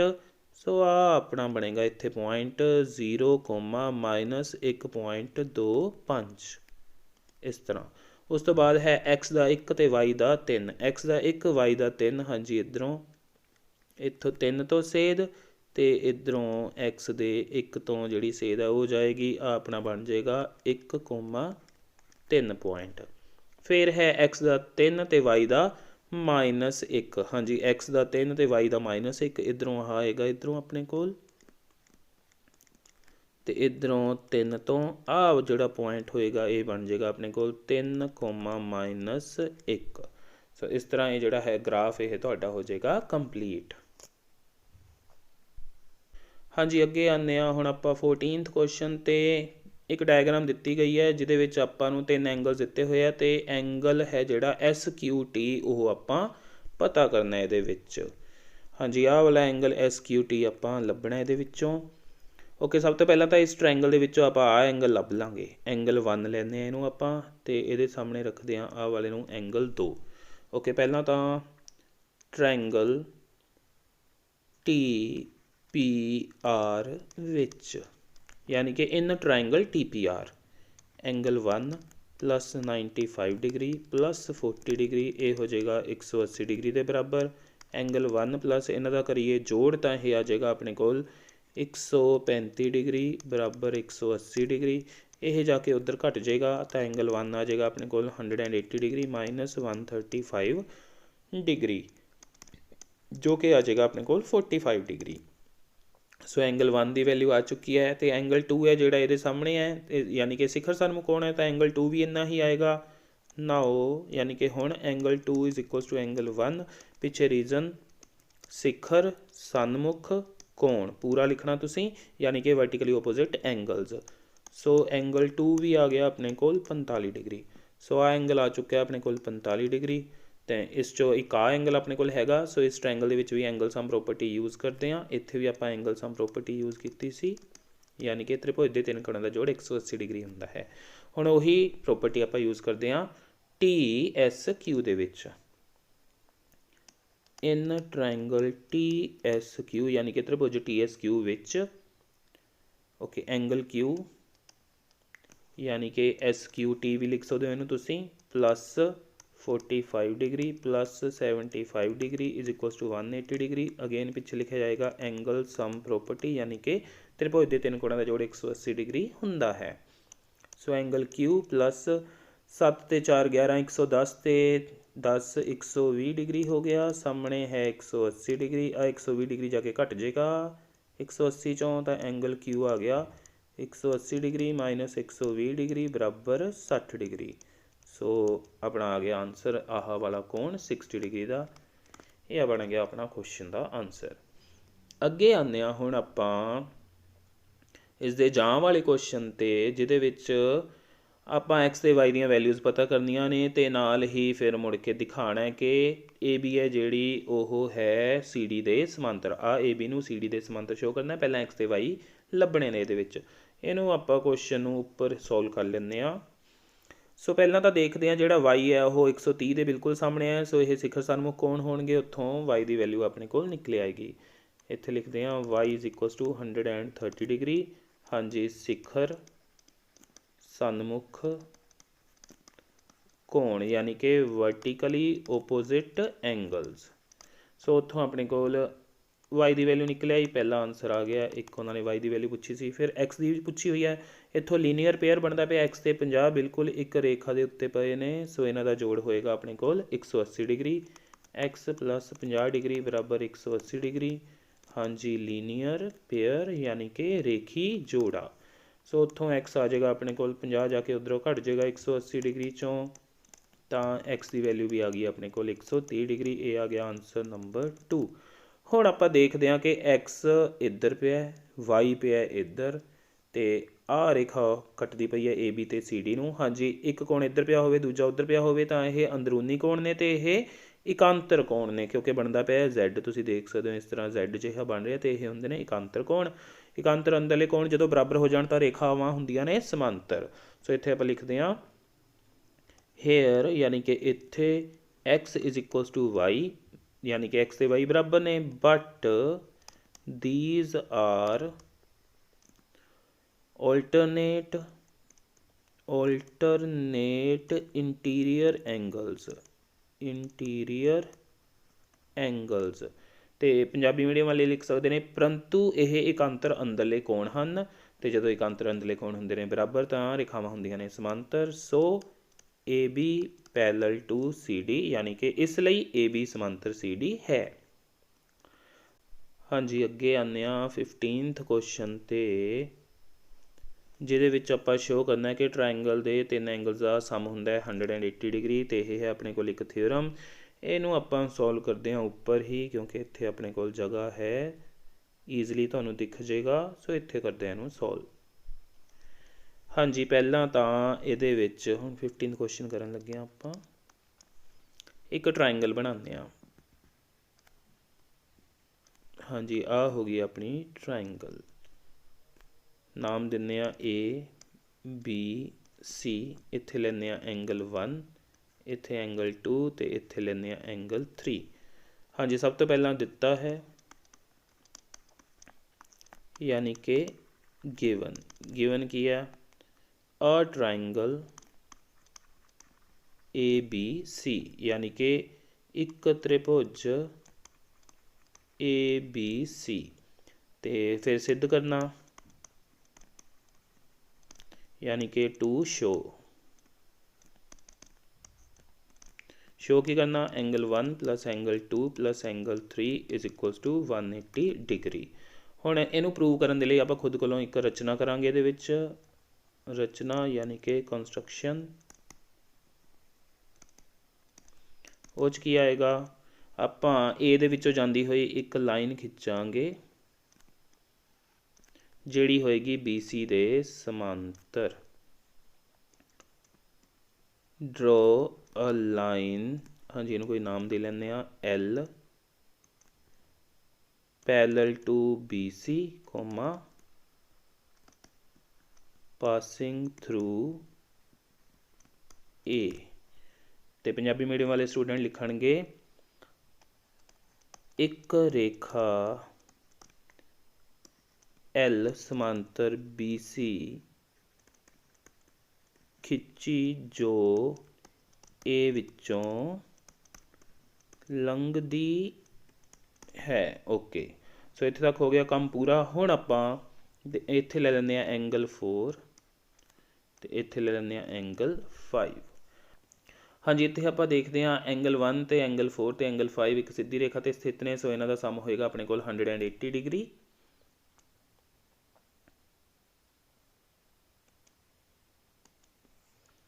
सो इत्थे आ जाएगा अपने कोल angle 1 plus angle 4 plus angle 5 is equal to 180 degree. इत्थे लिखांगे सीधी रेखा दा कोण या फिर स्ट्रेट एंगल। हाँ जी, हुण अगे देखते हैं, इनू दिंदे नंबर 1। अगे आप देख सकते हैं 2 ते 4 ते 3 ते 5 ये होणगे आपस च बराबर। क्यों? क्योंकि इत्थे Z बनता पिया ते इधर भी Z बनता पिया, देख सकते हो तुसी। तो इट मीनस ये होणगे इकांतर कोण, यानी कि ये होणगे alternate interior angles. But angle 4 is equals to angle 2 and angle 5 is equals to angle 3। पिछे रीजन ऑल्टरनेट इंटीरियर एंगल्स, यानी कि इकांतर अंदरले कोण। हुण आपां इन्हां नूं भरांगे एक दे विच, इनू लैंदे आ 2, इनू 3, फ्रॉम 1 2 एंड 3। 1 2 ਅਤੇ 3 ਤੋਂ 1 2 ਅਤੇ 3 ਤੋਂ ਆਪਣੇ ਕੋਲ ਕੀ ਆ ਜਾਏਗਾ, मैं ਉੱਪਰ लिख ਦਿੰਦਾ ਹੁਣ ਇੱਥੇ। ਇੱਕ ਜਿਹੜਾ एंगल 1 है वो तो आएगा ही आएगा। 4 की जगह ਤੇ आ जाएगा एंगल 2 प्लस 5 किहदे इक्वल आ चुका है 3 ਦੇ, सो 5 की जगह ਤੇ आह 3 आ जाएगा एंगल 3 ते सामने पे अपने को 180 डिग्री। तो यही चीज़ आप सिद्ध करनी सी। सो हैंस प्रूवड, यानी कि सिद्ध हो गया। अगे आने 16th क्वेश्चन ते जिहदे विच एक ट्राइंगल का एरिया पता करने के लिए कहा गया आपां नूं। ਉਹਦੀਆਂ दो साइड्स ने 18 सेंटीमीटर ते 10 सेंटीमीटर ते नाल ही आपां नूं दिता होया ਉਹਦਾ पैरीमीटर। हाँ जी, देखते हैं इसका सोल्यूशन। सब तो पहला अपने कोल आह ए ते बी की वैल्यू है ते नाल है अपने कोल पैरीमीटर। सो पहला ए 18 सेंटीमीटर, बी 10 सेंटीमीटर। उतों आपां लभ लैंदे आ सी की वैल्यू, तो सी की वैल्यू आएगी पैरीमीटर यानी 42 दे विचों ए ते बी की वैल्यू का सम घटाया जाएगा। सो 42 माइनस 28 जो कि आ जाएगा अपने कोल 14 सेंटीमीटर। सो सी की वैल्यू आ चुकी है अपने कोल। हुण आपां कढ़दे हैं इस तो बाद एस हुंदा अपने कोल पैरीमीटर का अद्धा, सैमी पैरीमीटर। तो पैरीमीटर है अपने कोल 42, उहदा अद्धा करांगे तो अपने कोल आ जाएगा 21। सो इस तो बाद आपां एरिया का लगाने formula. Area of triangle is equals to root S minus A S minus B S minus C. Fill करते हैं वैल्यूज़ आपां। रूट ऑफ एस की वैल्यू आ चुकी है 21 इंटू 21 माइनस 18, फिर 21 माइनस 10 तो उस तो बाद 21 माइनस सी की वैल्यू अपने को आई सी 14। सो इस चों हुण 14 करांगे सबट्रैक्ट सारे दा रूट। सो रूट के अंदर अपने को आ जाएगा 21 इंटू इन्हां नूं सबट्रैक्ट करके आ जाएगा 3 इंटू इन्हां तो आ जाएगा अपने को 11 इंटू इन्हां नूं सबट्रैक्ट करके आ जाएगा अपने को इन्हां नूं सबट्रैक्ट करके आ जाएगा अपने को 7। सो इत्थे आ जिहड़ा 21 है इनू आपां स्प्लिट करांगे नैक्सट स्टैप दे विच 7 इंटू 3 च, फिर नाल 3 नाल 11 नाल 7। हुण पेयरिंग करदे हां 7 का पेयर ते 3 का पेयर। सो 3 ते 7 बाहर ते रूट च आ जाएगा अपने को 11। सो 21 रूट 11 सेंटीमीटर स्क्वेयर ये आ जाएगा अपने को एरिया ऑफ ट्राइंगल। हाँ जी, अगले क्वेश्चन ते आने जिस दे विच अपने कोल मैच का कॉलम है, ये नाल ऑप्शन दे विच ओनू करदे हां सोल्व। हाँ जी, पंजभुज दे शिखर पंजभुज यानी कि पेंटागन दे शिखर पुछे हुए ने ते पंजभुज दे शिखर तो 5 हुंदे ने अपने कोल। सो ये मिलेगा जाके 5 दे नाल। उस तो बाद सरल कोण यानी कि स्ट्रेट एंगल ਤੇ ਇਹ ਹੁੰਦਾ ਆਪਣੇ ਕੋਲ 180 ਡਿਗਰੀ ਦਾ, ਇਹ ਜਾ ਕੇ ਮਿਲੇਗਾ ਇਸ ਦੇ ਨਾਲ। ਤ੍ਰਿਭੁਜ ਦਾ ਪਰਿਮਾਪ ਤੇ ਤ੍ਰਿਭੁਜ ਦਾ ਕਿਸੇ ਟਰਾਇੰਗਲ ਦੀਆਂ ਜੇਕਰ ਆਪਣੇ ਕੋਲ ਸਾਈਡਸ ਹੋਣ A B ਤੇ C ਤਾਂ ਉਹਦਾ ਪੈਰੀਮੀਟਰ ਯਾਨੀ ਕਿ ਪਰਿਮਾਪ ਹੁੰਦਾ ਤਿੰਨਾਂ ਦੇ ਸਮ ਦੇ ਇਕੁਅਲ। ਸੋ ਇਹ ਜਾ ਕੇ ਮਿਲੇਗਾ A + B + C ਦੇ ਨਾਲ। ਤੇ ਲਾਸਟਲੀ ਘਣ ਦਾ ਜਿਹੜਾ ਆਇਤਨ ਹੈ ਉਹ A³ ਹੁੰਦਾ ਯਾਨੀ ਕਿ ਭੁਜਾ ਦੀ ਘਾਤ 3, ਇਹ ਜਾ ਕੇ ਮਿਲੇਗਾ A ਦੀ ਪਾਵਰ 3 ਦੇ ਨਾਲ। ਸੋ ਇਹਦੇ ਨਾਲ ਆਪਣੇ 4-4 ਨੰਬਰ ਵਾਲੇ ਕੁਐਸਚਨਸ ਹੋਏ ਕੰਪਲੀਟ। ਆਉਂਦੇ ਹਾਂ ਹੁਣ ਆਪਾਂ ਸੱਸਾ ਭਾਗ 'ਤੇ, ਜਿਹਦੇ ਵਿੱਚ ਫਸਟ ਕੁਐਸਚਨ ਹੈ ਕਮਰੇ ਦੀ ਲੰਬਾਈ ਚੌੜਾਈ ਅਤੇ ਉਚਾਈ ਦਿੱਤੀਆਂ ਹੋਈਆਂ ਨੇ ਆਪਾਂ ਨੂੰ 5, 4 ਅਤੇ 3 ਮੀਟਰ।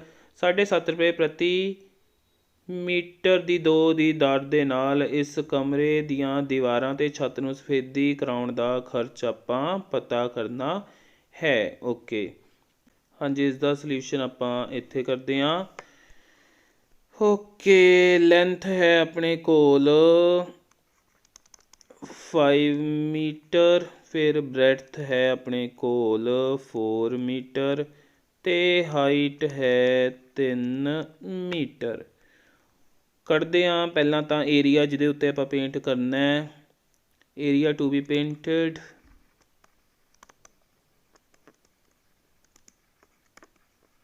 ਯਾਨੀ ਕਿ ਉਹ ਖੇਤਰਫਲ ਜਿੱਤੇ ਰੰਗ ਕੀਤਾ ਜਾਣਾ ਹੈ = 2HL + B। ਇਹ ਹੋ ਗਿਆ 4 ਦੀਵਾਰਾਂ ਦਾ ਖੇਤਰਫਲ ਪਲੱਸ ਛੱਤ ਯਾਨੀ ਕਿ LB, ਉਸਦਾ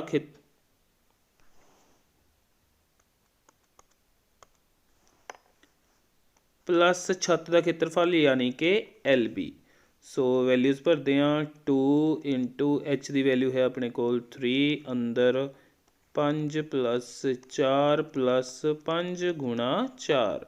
ਓਕੇ, ਇਹ ਆ ਜਾਏਗਾ ਆਪਣੇ ਕੋਲ 3 ਦੂਣੀ 6 ਆ ਗਿਆ। ਇਹਨੂੰ ਸੋਲਵ ਕਰਕੇ ਆ ਜਾਏਗਾ ਆਪਣੇ ਕੋਲ 9 + 5 4 20। ਸੋ 54 + 20 ਇਹ ਆ ਜਾਏਗਾ ਆਪਣੇ ਕੋਲ 74 ਮੀਟਰ ਸਕੁਏਅਰ। ਅਤੇ ਰੰਗ ਕਰਨ ਦਾ ਜਿਹੜਾ ਖਰਚ ਹੈ ਉਹ 7.5 ਰੁਪਏ ਦੇ ਹਿਸਾਬ ਦੇ ਨਾਲ ਹੈ।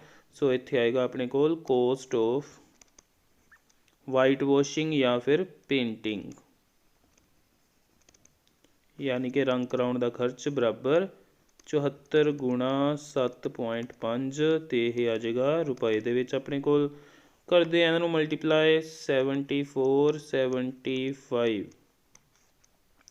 5 4 20 0 5 7 35 37 7 4 28 2 7 7 49 and 2 are 51। So 0 15 1 3 1 4 5, ਹਾਂਜੀ ਇੱਥੇ ਸੀ 7.5, ਇੱਕ ਛੱਡ ਕੇ ਪੁਆਇੰਟ। ਸੋ 545 ਰੁਪੀਜ਼ 545 ਇਸ ਦਾ ਆ ਜਾਏਗਾ ਆਪਣੇ ਕੋਲ ਆਨਸਰ। ਹਾਂਜੀ, ਇਸ ਤੋਂ ਬਾਅਦ ਇਹਦੇ ਜਾਂ ਵਾਲੇ ਕੁਐਸਚਨ 'ਤੇ ਆਉਂਦੇ ਹਾਂ। ਸ਼ੰਕੂ ਆਕਾਰ ਦਾ ਤੰਬੂ ਹੈ, 10 ਮੀਟਰ ਉੱਚਾ ਹੈ, ਆਧਾਰ ਦਾ ਅਰਧ ਵਿਆਸ ਦਿੱਤਾ ਹੋਇਆ ਹੈ। ਸੋ H ਅਤੇ R ਦਿੱਤੇ ਹੋਏ ਨੇ। ਤੰਬੂ ਦੀ ਤਿਰਛੀ ਉਚਾਈ ਅਤੇ ਤੰਬੂ ਨੂੰ ਲੱਗੇ ਤਰਪਾਲ ਦੀ ਲਾਗਤ, ਤੰਬੂ ਦੇ ਤਰਪਾਲ ਦਾ ਖੇਤਰਫਲ ਹੋ ਸਕਦਾ ਹੈ ਇਹ। ਅਤੇ ਦੇਖਦੇ ਹਾਂ ਫਿਰ H ਅਤੇ R ਦੀਆਂ ਵੈਲਿਊਜ਼ ਹੈਗੀਆਂ ਨੇ ਆਪਣੇ ਕੋਲ। ਸੋ ਪਹਿਲਾਂ ਤਾਂ H ਹੈ ਆਪਣੇ ਕੋਲ ਇਸ ਦੀ 10 ਮੀਟਰ ਅਤੇ R ਹੈ ਆਪਣੇ ਕੋਲ 24 ਮੀਟਰ। ਉੱਥੋਂ L ਕੱਢਦੇ ਹਾਂ। L ਹੁੰਦਾ ਆਪਣੇ ਕੋਲ √R² + H² ਯਾਨੀ ਕਿ √24 ਦਾ ਸਕੁਏਅਰ + 10 ਦਾ ਸਕੁਏਅਰ। ਹਾਂਜੀ, ਇਹ ਹੁੰਦਾ 576 + 100 ਜੋ ਕਿ ਬਣ ਜਾਏਗਾ 676, ਉਹਦਾ ਰੂਟ ਜੋ ਕਿ ਹੁੰਦਾ 26 ਦੇ ਇਕੁਅਲ। ਸੋ L ਦੀ ਵੈਲਿਊ ਆ ਗਈ ਆਪਣੇ ਕੋਲ 26 ਮੀਟਰ। ਓਕੇ, ਇਸ ਤੋਂ ਬਾਅਦ ਇੱਕ ਜਿਹੜੇ ਤੰਬੂ ਨੂੰ ਤਰਪਾਲ ਲੱਗੀ ਉਹਦਾ ਖੇਤਰਫਲ ਪਤਾ ਕਰਦੇ ਹਾਂ ਦੂਜੇ ਨੰਬਰ 'ਤੇ। ਪਹਿਲਾ ਆਨਸਰ ਇਹ ਆ ਚੁੱਕਿਆ ਆਪਣੇ ਕੋਲ, ਆਨਸਰ ਨੰਬਰ 1। ਹਾਂਜੀ, ਸੈਕਿੰਡ ਤਰਪਾਲ ਦਾ ਖੇਤਰਫਲ ਜਾਂ ਫਿਰ ਏਰੀਆ ਆਫ ਟਰਪੋਲਿਨ ਜਾਂ ਕੈਨਵਸ ਜੋ ਵੀ ਦਿੱਤਾ ਹੋਏਗਾ ਉਹ ਲਿਖ ਲਾਂਗੇ = πRL। ਹਾਂਜੀ, ਕਿਉਂਕਿ ਜਿਹੜਾ ਤੰਬੂ ਹੁੰਦਾ ਹੈ ਉਹ ਹੁੰਦਾ ਇਸ ਸ਼ੇਪ ਦੇ ਵਿੱਚ ਅਤੇ ਉਹਨੂੰ ਜਿਹੜੀ ਕੈਨਵਸ ਜਾਂ ਤਰਪਾਲ ਲੱਗਣੀ ਹੈ ਉਹ ਆਲੇ ਦੁਆਲੇ ਹੀ ਲੱਗਣੀ ਹੈ, ਇਸ ਲਈ πRL। ਸੋ ਭਰਦੇ ਹਾਂ ਵੈਲਿਊਜ਼ 22/7 × R ਹੈ 24 × L ਜੋ ਕਿ ਹੈ 26। ਹਾਂਜੀ, ਇਸ ਤੋਂ ਬਾਅਦ ਇਹਨੂੰ ਕਰਦੇ ਹਾਂ ਆਪਾਂ ਮਲਟੀਪਲਾਈ 24 ਅਤੇ 26 ਨੂੰ। 26 24, 6 4s are 24, 2 4 2s are 8 and 2 10, then हो गया 52, 4 2 6 624 ਤੇ ਉਹਨੂੰ ਆਪਾਂ ਅੱਗੇ 22 ਨਾਲ ਮਲਟੀਪਲਾਈ ਕਰਨਾ ਹੈ। ਸੋ ਇਹ ਆ ਜਾਏਗਾ 1 2 4 8, ਉਹਨੂੰ 11 ਨਾਲ ਗੁਣਾ ਕਰਾਂਗੇ 1 2 4 8, ਸੋ 8 and 4 are 12, 1 then 4 ਤੇ 2 6 ਤੇ 1 7, then 2 ਤੇ 1 3, 13 7 28, 13 7 28 over 7, so 7 ones are 7, 67, 9 63 4 42, 42 ਤੇ 6, फिर 8 7 ones are 7, 1 10.1, 4 45, then 50, so 1961.2 approximately। सो इन्ना आ जाएगा अपने कोल मीटर स्क्वेयर ਦੇ ਵਿੱਚ ਤਰਪਾਲ ਦਾ ਖੇਤਰਫਲ। ਹਾਂਜੀ ਅੱਗੇ ਆਨੇ 18th ਕੁਐਸਚਨ ਤੇ ਸਾਰਣੀ ਦੇ ਵਿੱਚ ਆਪਣੇ ਕੋਲ ਵੇਤਨ ਦਿੱਤਾ ਹੈ ਰੁਪਏ ਦੇ ਵਿੱਚ ਕਰਮਚਾਰੀਆਂ ਦੀ ਸੰਖਿਆ, ਆਪਾਂ ਮੱਧਮਾਨ ਵੇਤਨ ਇਸ ਦਾ ਪਤਾ ਕਰਨਾ ਹੈ। ਓਕੇ ਸੋ ਕਰਦੇ ਹਾਂ ਇਸ ਕੁਐਸਚਨ ਨੂੰ ਸੋਲਵ। ਹਾਂਜੀ ਇੱਧਰ ਆ ਜਾਏਗਾ ਆਪਣੇ ਕੋਲ ਵੇਤਨ ਤੇ ਉਹਦੇ ਹੇਠਾਂ 3000, ਫਿਰ 4000, फिर 5000, 6000, 7000, 8000, 9000 ਤੇ ਲਾਸਟਲੀ ਹੈ ਆਪਣੇ ਕੋਲ 10000। ਤੇ ਇੱਧਰ ਹੈ ਆਪਣੇ ਕੋਲ ਸੰਖਿਆ ਜਿਹੜੀ ਮਜ਼ਦੂਰਾਂ ਦੀ ਉਹ ਹੈ 16, 12, 10, ਫਿਰ ਹੈ 8, then 6, then 4, then 3, then 1। Okay ਹੁਣ ਇਹਨਾਂ ਨੂੰ ਆਹ ਆਪਣੇ ਕੋਲ ਹੁੰਦੀ ਹੈ XI ਦੀ ਵੈਲਿਊ ਅਤੇ ਆਹ ਹੁੰਦੀ ਹੈ FI ਦੀ ਵੈਲਿਊ। ਆਪਾਂ ਕੱਢਾਂਗੇ FI XI, ਇਹਨਾਂ ਨੂੰ ਮਲਟੀਪਲਾਈ ਕਰਕੇ 48,000 ਆ ਜਾਏਗਾ ਇੱਥੋਂ, ਇਹਨਾਂ ਨੂੰ ਮਲਟੀਪਲਾਈ ਕਰਕੇ ਆਪਸ 'ਚ ਇੱਥੋਂ ਵੀ 48,000, ਇੱਥੋਂ ਆ ਜਾਏਗਾ ਆਪਣੇ ਕੋਲ 50,000, ਇੱਥੋਂ ਆ ਜਾਏਗਾ 48,000, ਇੱਥੋਂ ਆ ਜਾਏਗਾ 42,000, ਇੱਥੋਂ 32,000, ਇੱਥੋਂ ਆ ਜਾਏਗਾ 27,000 ਅਤੇ ਇੱਥੋਂ ਆ ਜਾਏਗਾ 10,000। ਹਾਂਜੀ ਇਹਨਾਂ ਦਾ ਚਾਹੀਦਾ ਆਪਾਂ ਨੂੰ ਟੋਟਲ, ਇਹਨਾਂ ਦਾ ਕਰਦੇ ਹਾਂ ਟੋਟਲ 0, ਦੈਨ ਅਗੇਨ 0, ਦੈਨ ਇੱਕ 0 ਹੋਰ ਆ ਜਾਏਗੀ, फिर 8 and 8 are 16, 16 and 8 are 24, 24, 26, 28, 28 and 7 35, so 5 आ जाएगा, 3 कैरी करेगा, 4 ਤੇ 3 7 4 11 ਤੇ 5 16, 4 20, 4 24, 25 26 27 ਤੇ 3 30, so 3 0 5, then 3 times 0, ਇਹ ਆ ਜਾਏਗਾ ਆਪਣੇ ਕੋਲ ਇਹਨਾਂ ਦਾ ਟੋਟਲ। ਸੋ ਇਹ ਹੋ ਗਿਆ ਸੁਮੇਸ਼ਨ FI XI ਤੇ ਫਰੀਕੁਐਂਸੀਜ਼ ਦਾ ਟੋਟਲ ਸੁਮੇਸ਼ਨ FI। ਕਿੰਨੇ ਮਜ਼ਦੂਰ ਨੇ ਜਾਂ ਫਿਰ ਆਪਾਂ ਜੋੜ ਵੀ ਕਰ ਸਕਦੇ ਹਾਂ, 16 ਤੇ 10 26 ਤੇ 2 28, 10 38 ਤੇ 8 46 ਤੇ 6 52 4 56 57 58 59 ਤੇ 1 60, ਸੋ 60। ਹੁਣ ਆਪਾਂ ਕੱਢਦੇ ਹਾਂ ਇਹਦਾ ਮੱਧਮਾਨ ਯਾਨੀ ਕਿ ਮੀਨ, ਜਿਹਨੂੰ ਆਪਾਂ x ਬਾਰ ਨਾਲ ਲਿਖਦੇ ਹਾਂ, is equals to sigma FI XI over sigma FI। Values ਭਰਦੇ ਹਾਂ 305, 3 times 0 ਓਵਰ 60, ਇੱਕ 0 ਕੈਂਸਲ ਹੋ ਗਈ। ਹਾਂਜੀ ਇਸ ਤੋਂ ਬਾਅਦ ਇਹਨੂੰ ਕਰਨਾ ਡਿਵਾਈਡ 6 ਤੇ, ਪਹਿਲਾਂ ਤਾਂ 6 5s are 30, ਫਿਰ 5 0 50, 8 48, 2 20, 6 3s are 18, ਫਿਰ 3 3, ਸੋ ਇਹ ਆ ਜਾਏਗਾ ਆਪਣੇ ਕੋਲ 5083.33, ਇੰਨਾ ਆਪਣੇ ਕੋਲ ਆ ਜਾਏਗਾ ਇਸ ਦਾ ਮੱਧਮਾਨ ਰੁਪੀਜ਼ ਦੇ ਵਿੱਚ। ਸੋ ਇਹ ਬਣ ਜਾਏਗਾ ਆਪਣੇ ਕੋਲ ਫਾਈਨਲ ਆਨਸਰ ਇਸ ਕੁਐਸਚਨ ਦੇ ਲਈ। ਹਾਂਜੀ ਇਸ ਤੋਂ ਬਾਅਦ ਹੁਣ ਆਪਾਂ ਇਸ ਦਾ ਜਾਮ ਵਾਲਾ ਕੁਐਸਚਨ ਦੇਖ ਲੈਂਦੇ ਹਾਂ। ਸੰਸਥਾ ਨੇ ਪੂਰੇ ਵਿਸ਼ਵ ਵਿੱਚ 15 ਤੋਂ 44 ਵਰ੍ਹੇ ਦੀਆਂ ਉਮਰ ਦੀਆਂ ਔਰਤਾਂ ਵਿੱਚ ਬਿਮਾਰੀ ਦੇ ਮੌਤ ਦੇ ਕਾਰਨਾਂ ਦਾ ਪਤਾ ਲਗਾਉਣ ਦੇ ਲਈ ਸਰਵੇ ਕੀਤਾ ਹੈ ਅਤੇ ਪਰਸੈਂਟੇਜ ਉਹਦੀ ਕੱਢੀ ਹੋਈ ਹੈ ਨਾਲ। ਕਿ ਕਿਸ ਕਾਰਨ ਔਰਤਾਂ ਦੀ ਜਿਹੜੀ ਮੌਤ ਹੋਈ ਹੈ, ਪਰਸੈਂਟੇਜ ਵੀ ਦੱਸਿਆ ਹੋਇਆ ਹੈ। ਹਾਂਜੀ, ਇਹਦਾ ਬਣਾਉਣਾ ਆਪਾਂ ਗ੍ਰਾਫ, ਅਤੇ ਨਾਲ ਹੀ ਪੁੱਛਿਆ ਗਿਆ ਹੈ ਕਿ ਕਿਹੜੀ ਜਿਹੜੀ ਹੈ ਅਵਸਥਾ ਉਹ ਜ਼ਿਆਦਾ ਮੌਤਾਂ ਦਾ ਕਾਰਨ ਬਣਦੀ ਹੈ। ਹਾਂਜੀ, ਉਹਦੇ ਲਈ ਤਾਂ ਆਪਣੇ ਕੋਲ ਆਨਸਰ ਬਣ ਜਾਏਗਾ ਪਹਿਲਾ ਹੀ ਪ੍ਰਜਨਨ ਸਿਹਤ ਅਵਸਥਾ। ਸੋ ਇੱਕ ਆਨਸਰ ਤਾਂ ਮਿਲ ਗਿਆ। ਹੁਣ ਇਹਦਾ ਜਿਹੜਾ ਗ੍ਰਾਫ ਬਣਾਉਣਾ ਹੈ ਉਹ ਦੇਖਦੇ ਹਾਂ ਆਪਾਂ। ਹਾਂਜੀ, ਇੱਧਰ ਕੀ ਕਰਾਂਗੇ ਆਪਾਂ, ਐਕਸਿਸ ਲਵਾਂਗੇ, ਇੱਕ ਐਕਸ ਐਕਸਿਸ ਅਤੇ ਇੱਕ ਲਵਾਂਗੇ ਆਪਾਂ ਵਾਈ ਐਕਸਿਸ। ਓਕੇ, ਇੱਧਰ ਲੈਂਦੇ ਹਾਂ ਆਪਾਂ ਐਕਸ ਐਕਸਿਸ, ਉੱਪਰ ਨੂੰ ਲੈਂਦੇ ਹਾਂ ਵਾਈ ਐਕਸਿਸ,